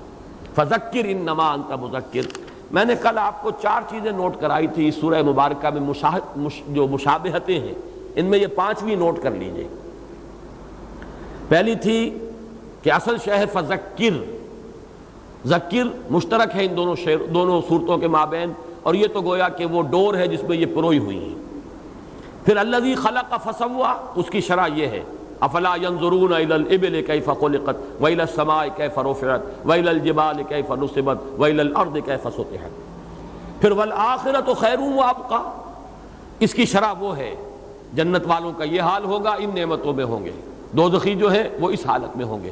اور اس صورت میں آپ نے دیکھا 9 آیتیں آئی ہیں اہل جنت کے بارے میں اور 6 آیتیں آئی ہیں وہ اہل جہنم کے بارے میں، تو اس میں وہ رنگ غالب ہے والآخرۃ خیر و ابقیٰ۔ چوتھی چیز یصلی النار الکبریٰ، سب سے بڑی آگ میں داخل ہوگا، اور یہاں اب آگے چل کر آ جائے گا فیعذبہ اللہ العذاب الاکبر۔ 5ویں شے یہ نوٹ کر لیجئے کہ یہ جو تبلیغ کے سلسلے میں فرمایا گیا فذکر ان نفعت الذکریٰ، یہی مضمون ہے جو آگے آ گیا ما انت انما انت مذکر لست علیہم بمسیطر، آپ تذکیر کیجئے اگر محسوس ہو کہ تذکیر کا فائدہ ہو رہا ہے۔ ایک تذکیر عام ہے وہ سب کو کرنی ہے، لیکن اس کے بعد دیکھیے جس کا میلان ہے، جس کا رجحان ہے، آپ اپنا وقت اس پر صرف کیجئے۔ انما انت مذکر لست علیہم بمسیطر، آپ کو ان پر داروغہ نہیں ہے۔ لست علیہم بمسیطر، اس کا ترجمہ کیا گیا ہے، امام راضی نے بھی کیا ہے ترجمانی، مسیطر اے متسلط، یعنی مسلط ہو جانے کی طاقت آپ میں ہم نے دے رکھی کہ مسلط ہو جائیں کسی کے اوپر، سوار ہو جائیں کسی کے سر پر، لازماً اس کے اندر جو ہے ہدایت اتار دیں۔ یہ نہ آپ کا فرض منصبی ہے، نہ آپ کی ذمہ داری ہے، نہ اس کی استعداد یا استطاعت یا قدرت ہم نے آپ کو عطا کی۔ فذکر انما انت مذکر لست علیہم بمسیطر، یہاں ذرا آپ نوٹ کیجئے یہ صاد سے اگر لکھا جاتا ہے لیکن اوپر چھوٹا سا سین بنا ہوتا ہے، اصل میں اس کا مادہ جو ہے سین طا را ہے، سطر، جیسے کہ وکتاب مسطور، اور مسیطر یہ آیا بھی ہے سین کے ساتھ قرآن مجید میں دوسری صورت میں، سورۃ طور میں، ام عندہم خزائن ربک ام ہم المسیطرون، وہاں سین کے ساتھ ہے، صاد کے ساتھ نہیں۔ کیا وجہ ہے کہ یہاں صاد سے ہے لیکن اوپر سین لگایا؟ یہ بڑا اہم نقطہ ہے قرآن مجید کے بارے میں، نوٹ کر لیجئے۔ مصحف عثمانی، حضرت عثمان رضی اللہ تعالی عنہ نے جو آفیشل ورشنز تیار کیے قرآن کے، یہ میں سورہ قیامہ میں تفصیل سے بیان کر چکا ہوں۔ حضور کے زمانے میں کتاب کی صورت میں قرآن جمع نہیں تھا، سینوں میں جمع تھا قراء کے، صحابہ کرام کے، لیکن کتابی شکل میں مابین الدفتین جمع نہیں تھا۔ حضرت ابوبکر نے اسے کتابی شکل میں جمع کیا، لیکن اس کے بعد بھی لہجے مختلف تھے، لہذا اس کے لکھنے میں لوگوں نے مختلف لہجوں کے مطابق لکھنا شروع کر دیا۔ حضرت عثمان نے پھر ایک رسم پر، ایک رسم الخط پر جمع کیا ہے پوری امت کو، وہ آفیشل ورشنز ہیں جو کاپیز کرا کرا کے مختلف علاقوں میں بھیج دی گئیں، اور آج بھی دنیا میں نسخے موجود ہیں، تاشقند میں موجود ہے، استنبول میں موجود ہے، وہ نسخے موجود ہیں، غالباً مدینہ منورہ میں بھی لائبریری میں موجود ہے۔ ان میں کہیں کہیں بہرحال لکھنے والے تو فرشتے نہیں تھے، قرآن فرشتے نے نازل کیا ہے، اللہ کا کلام، لکھنے والے تو انسان تھے، لکھنے میں کہیں کہیں غلطی ہوئی ہے، لیکن اس کے بعد امت نے اتنا پریزرو کیا ہے رسم عثمانی کو کہ اگر غلطی بھی ہو گئی ہے تو اس کو برقرار رکھا ہے۔ آپ نے کئی جگہ دیکھا ہوگا کہیں الف لگا ہوا، اس کے اوپر چھوٹا سا ایک دائرہ، کہ یہ الف حقیقت میں اس کو نہیں پڑھا جائے گا، یہ یہاں مراد نہیں ہے، لیکن اس وقت لکھنے والوں نے لکھ دیا تھا۔ اسی طریقے سے یہ مسیطر جو اصل میں سین سے ہے، یہاں لکھا گیا صاد سے، اب صاد ہی سے رہے گا تا قیام قیامت، یہ رسم عثمانی ہے، اس لیے کہ اس میں ذرا سی آپ نے کوئی اصلاح کر دی تو اس کے معنی یہ ہوں گے کہ پھر وہ فرق ہو جائے گا۔ رسم عثمانی جس پر کہ امت جمع ہے، آج پوری دنیا میں ایک ہی رسم ہے، رسم عثمانی ہے، اور اس پر سعودی عرب کی حکومت نے اس دور میں بڑی محنت کی ہے۔ اس کی وجہ یہ ہے کہ مختلف جگہوں پر کتابت میں لوگوں نے جو سہل انگاری سے کام لیا تو مختلف طریقوں پر لکھنا شروع کر دیا۔ اس سے اندیشہ ہو رہا تھا کہ قرآن مجید کا یہ ٹیکسٹ جو ہے رسم الخط، کہیں اس کا فرق اتنا نہ ہو جائے۔ اور ایک دفعہ تو یہ بھی اطلاع ملی تھی کہ اسرائیل نے بڑی تعداد میں مسخ شدہ اور تحریف شدہ نسخے شائع کر کے دنیا میں پھیلائے، تو ایک تو پھر محنت کی ہے مصریوں نے، اس کا کریڈٹ انہیں جاتا ہے، کہ انہوں نے جو مشہور قراتیں ہیں ان پر پورے قرآن کے ٹیپس ریکارڈ کرا دیے، جو نہایت ماہر قاری تھے۔ محمود خلیل حسنی کا موجود ہے اور قاری عبد الباسط محمد عبد الصمد کا موجود ہے، تاکہ یہ ٹیپس جو ہے یہ آفیشل ورشنز ہیں، یہ ہے قرات کے ورشن۔ اور دوسری جو ہے یہ سعادت حاصل ہوئی ہے اس سعودی حکومت کو، ویسے یہ کہ اور جو خرابیاں ہیں وہ اپنی جگہ پر، لیکن جو نیک کام انہوں نے کیے اس کو تسلیم کرنا چاہیے۔ بہت بڑے خرچ سے انہوں نے یہ قرآن فاؤنڈیشن بنایا، اور کروڑ بلکہ میں سمجھتا ہوں بلینز آف ڈالرز کا یہ منصوبہ تھا، جس میں کہ بڑی محنت سے انہوں نے وہ رسم عثمانی کے حوالے سے یہ قرآن مجید جو ہے شائع کیا ہے، اور ان تمام قرآن مجید کے نسخوں کو تلف کر دیا، اور پھر ان کی درآمد پر پابندی لگا دی ہے، جو اس کتابت کے اس انداز پر نہ ہو کہ جو مصحف عثمانی کا آفیشل ورژن۔ اس میں یہ نوٹ کر لیجئے کہ اگر وہاں کوئی لکھنے والے سے، جو انسان تھے بہرحال، اگر ان سے کہیں کتابت کے دوران کوئی اگر غلطی بھی ہو گئی ہے تو وہ بھی آج تک پریزروڈ ہے۔ یہ کوئی شخص نہیں کہہ سکتا کہ حضرت عثمان رضی اللہ تعالیٰ عنہ نے جو مصحف جس پر پوری امت کو جمع کیا تھا وہ آج دنیا میں نہیں ہے، بلکہ حقیقت میں وہی ہے کہ جو پوری دنیا میں پھیلا ہوا ہے۔ الا من تولا وکفر، یہ الا جو ہے اس کو استثناء منقطع کہتے ہیں، یعنی یہ استثناء اس معنی میں نہیں ہے سوائے اس کے معنی میں نہیں، مگر الا من تولا وکفر، مگر جو پیٹھ موڑے گا، روگردانی کرے گا، کفر کرے گا، فیعذبہ اللہ العذاب الاکبر، اس کو تو اللہ عذاب دے گا سب سے بڑا عذاب۔ اب یہاں مجھے وضاحت کرنے کی ضرورت نہیں ہے، سورۃ الاعلیٰ میں آ چکا، سب سے بڑا کیوں؟ اس لیے کہ مذکر ہو محمد صلی اللہ علیہ وسلم، اور تذکیر کی جا رہی ہو کلام الہی کے ذریعے سے، آیات ربانی کے ذریعے سے۔ اب جو بھی اعراض کر رہا ہے، اب بھی جو تولا و کفر کا طرز عمل اختیار کیا، وہ اشقا ہے، وہ نار الکبریٰ جو ہے وہ اس کا جو ہے بنے گی انجام، اور عذاب الاکبر کا وہ مستحق ہے، فیعذبہ اللہ العذاب الاکبر۔ اب یہاں پر یہ ہے اللہ تعالیٰ کے کلام کا اعجاز کہ قوافی اور فواصل بھی مل رہے ہیں، لیکن یہ ہے کہ یہ مطلب نہیں ہے کہ صرف اس کی وجہ سے یہ اکبر کہہ دیا گیا، بلکہ مانن بھی وہ بات بالکل صحیح ہے۔ وہاں پر کبرا کا لفظ آ گیا، نار چونکہ مؤنث ہے کبرا، وہاں پر وہ قوافی یا فواصل جو ہے سورہ اعلیٰ کے ان کے ساتھ اب آہنگی ہو گئی۔ یہاں یہ ہے عذاب کا لفظ آیا، وہ مذکر ہے عذاب الاکبر، اس میں جو اس صورت کے اندر آ رہے ہیں، جو یہاں پر جو فواصل تھے ان کے ساتھ سازگاری ہو گئی۔ ان الینا ایابہم، ان کو بالآخر ہماری ہی طرف لوٹ کر آنا ہے۔ اس میں ہے وہ تسلی اور تشفی حضور کے لیے اور حضور کے ساتھیوں کے لیے۔ گھبراؤ نہیں، یہ جائیں گے کہاں؟ یہاں اس کا تعلق جوڑ لیجئے سورہ طارق کی آخری آیت سے، فَمَحِّلِ الْكَافِرِينَ أَمْهِلْهُمْ رُوَيْدًا، اے نبی مہلت دیجئے، اے مسلمانوں ابھی ذرا ان کو ڈھیل دو، وقت دو، ابھی ہم انہیں نہیں پکڑیں گے، ابھی تو یہ دعوت کا پودا جو ہے ابھی صرف ظاہر ہوا ہے، ابھی 2 پتے ہیں، کبھی یہ آم کا تناور درخت بنے گا، ابھی تو خوب ہمیں اس میں جو ہے مدھانی پھیرنی ہے اور اس کے اندر سے بلو کر مکھن نکالنا ہے، تم مایوس نہ ہو جاؤ، جلدی نہ کرو۔ فرمایا اِنَّ إِلَيْنَا إِيَابَهُمْ، پھر جائیں گے کہاں؟ آخر یہ تشویش تو کسی کو ہو کہ یہ میرے قبضے سے نکل نہ بھاگے، جسے یہ یقین ہے کہ اس کے لیے بھاگنے کی جگہ ہے ہی نہیں، آئے گا میرے پاس، اسے جلدی کی ضرورت کیا ہے؟ اِنَّ إِلَيْنَا إِيَابَهُمْ، یقیناً ہماری ہی طرف ان کا لوٹنا ہے، ثُمَّ إِنَّ عَلَيْنَا حِسَابَهُمْ، پھر ہم پر ہے ذمہ داری ان سے حساب لینے کی۔ اس میں اس بھی اشارہ ہو گیا کہ حساب ہمارے ذمے ہے، آپ کے ذمے نہیں، آپ کے ذمے تبلیغ ہے، تذکیر کرتے چلے جائیے، فذکر انما انت مذکر۔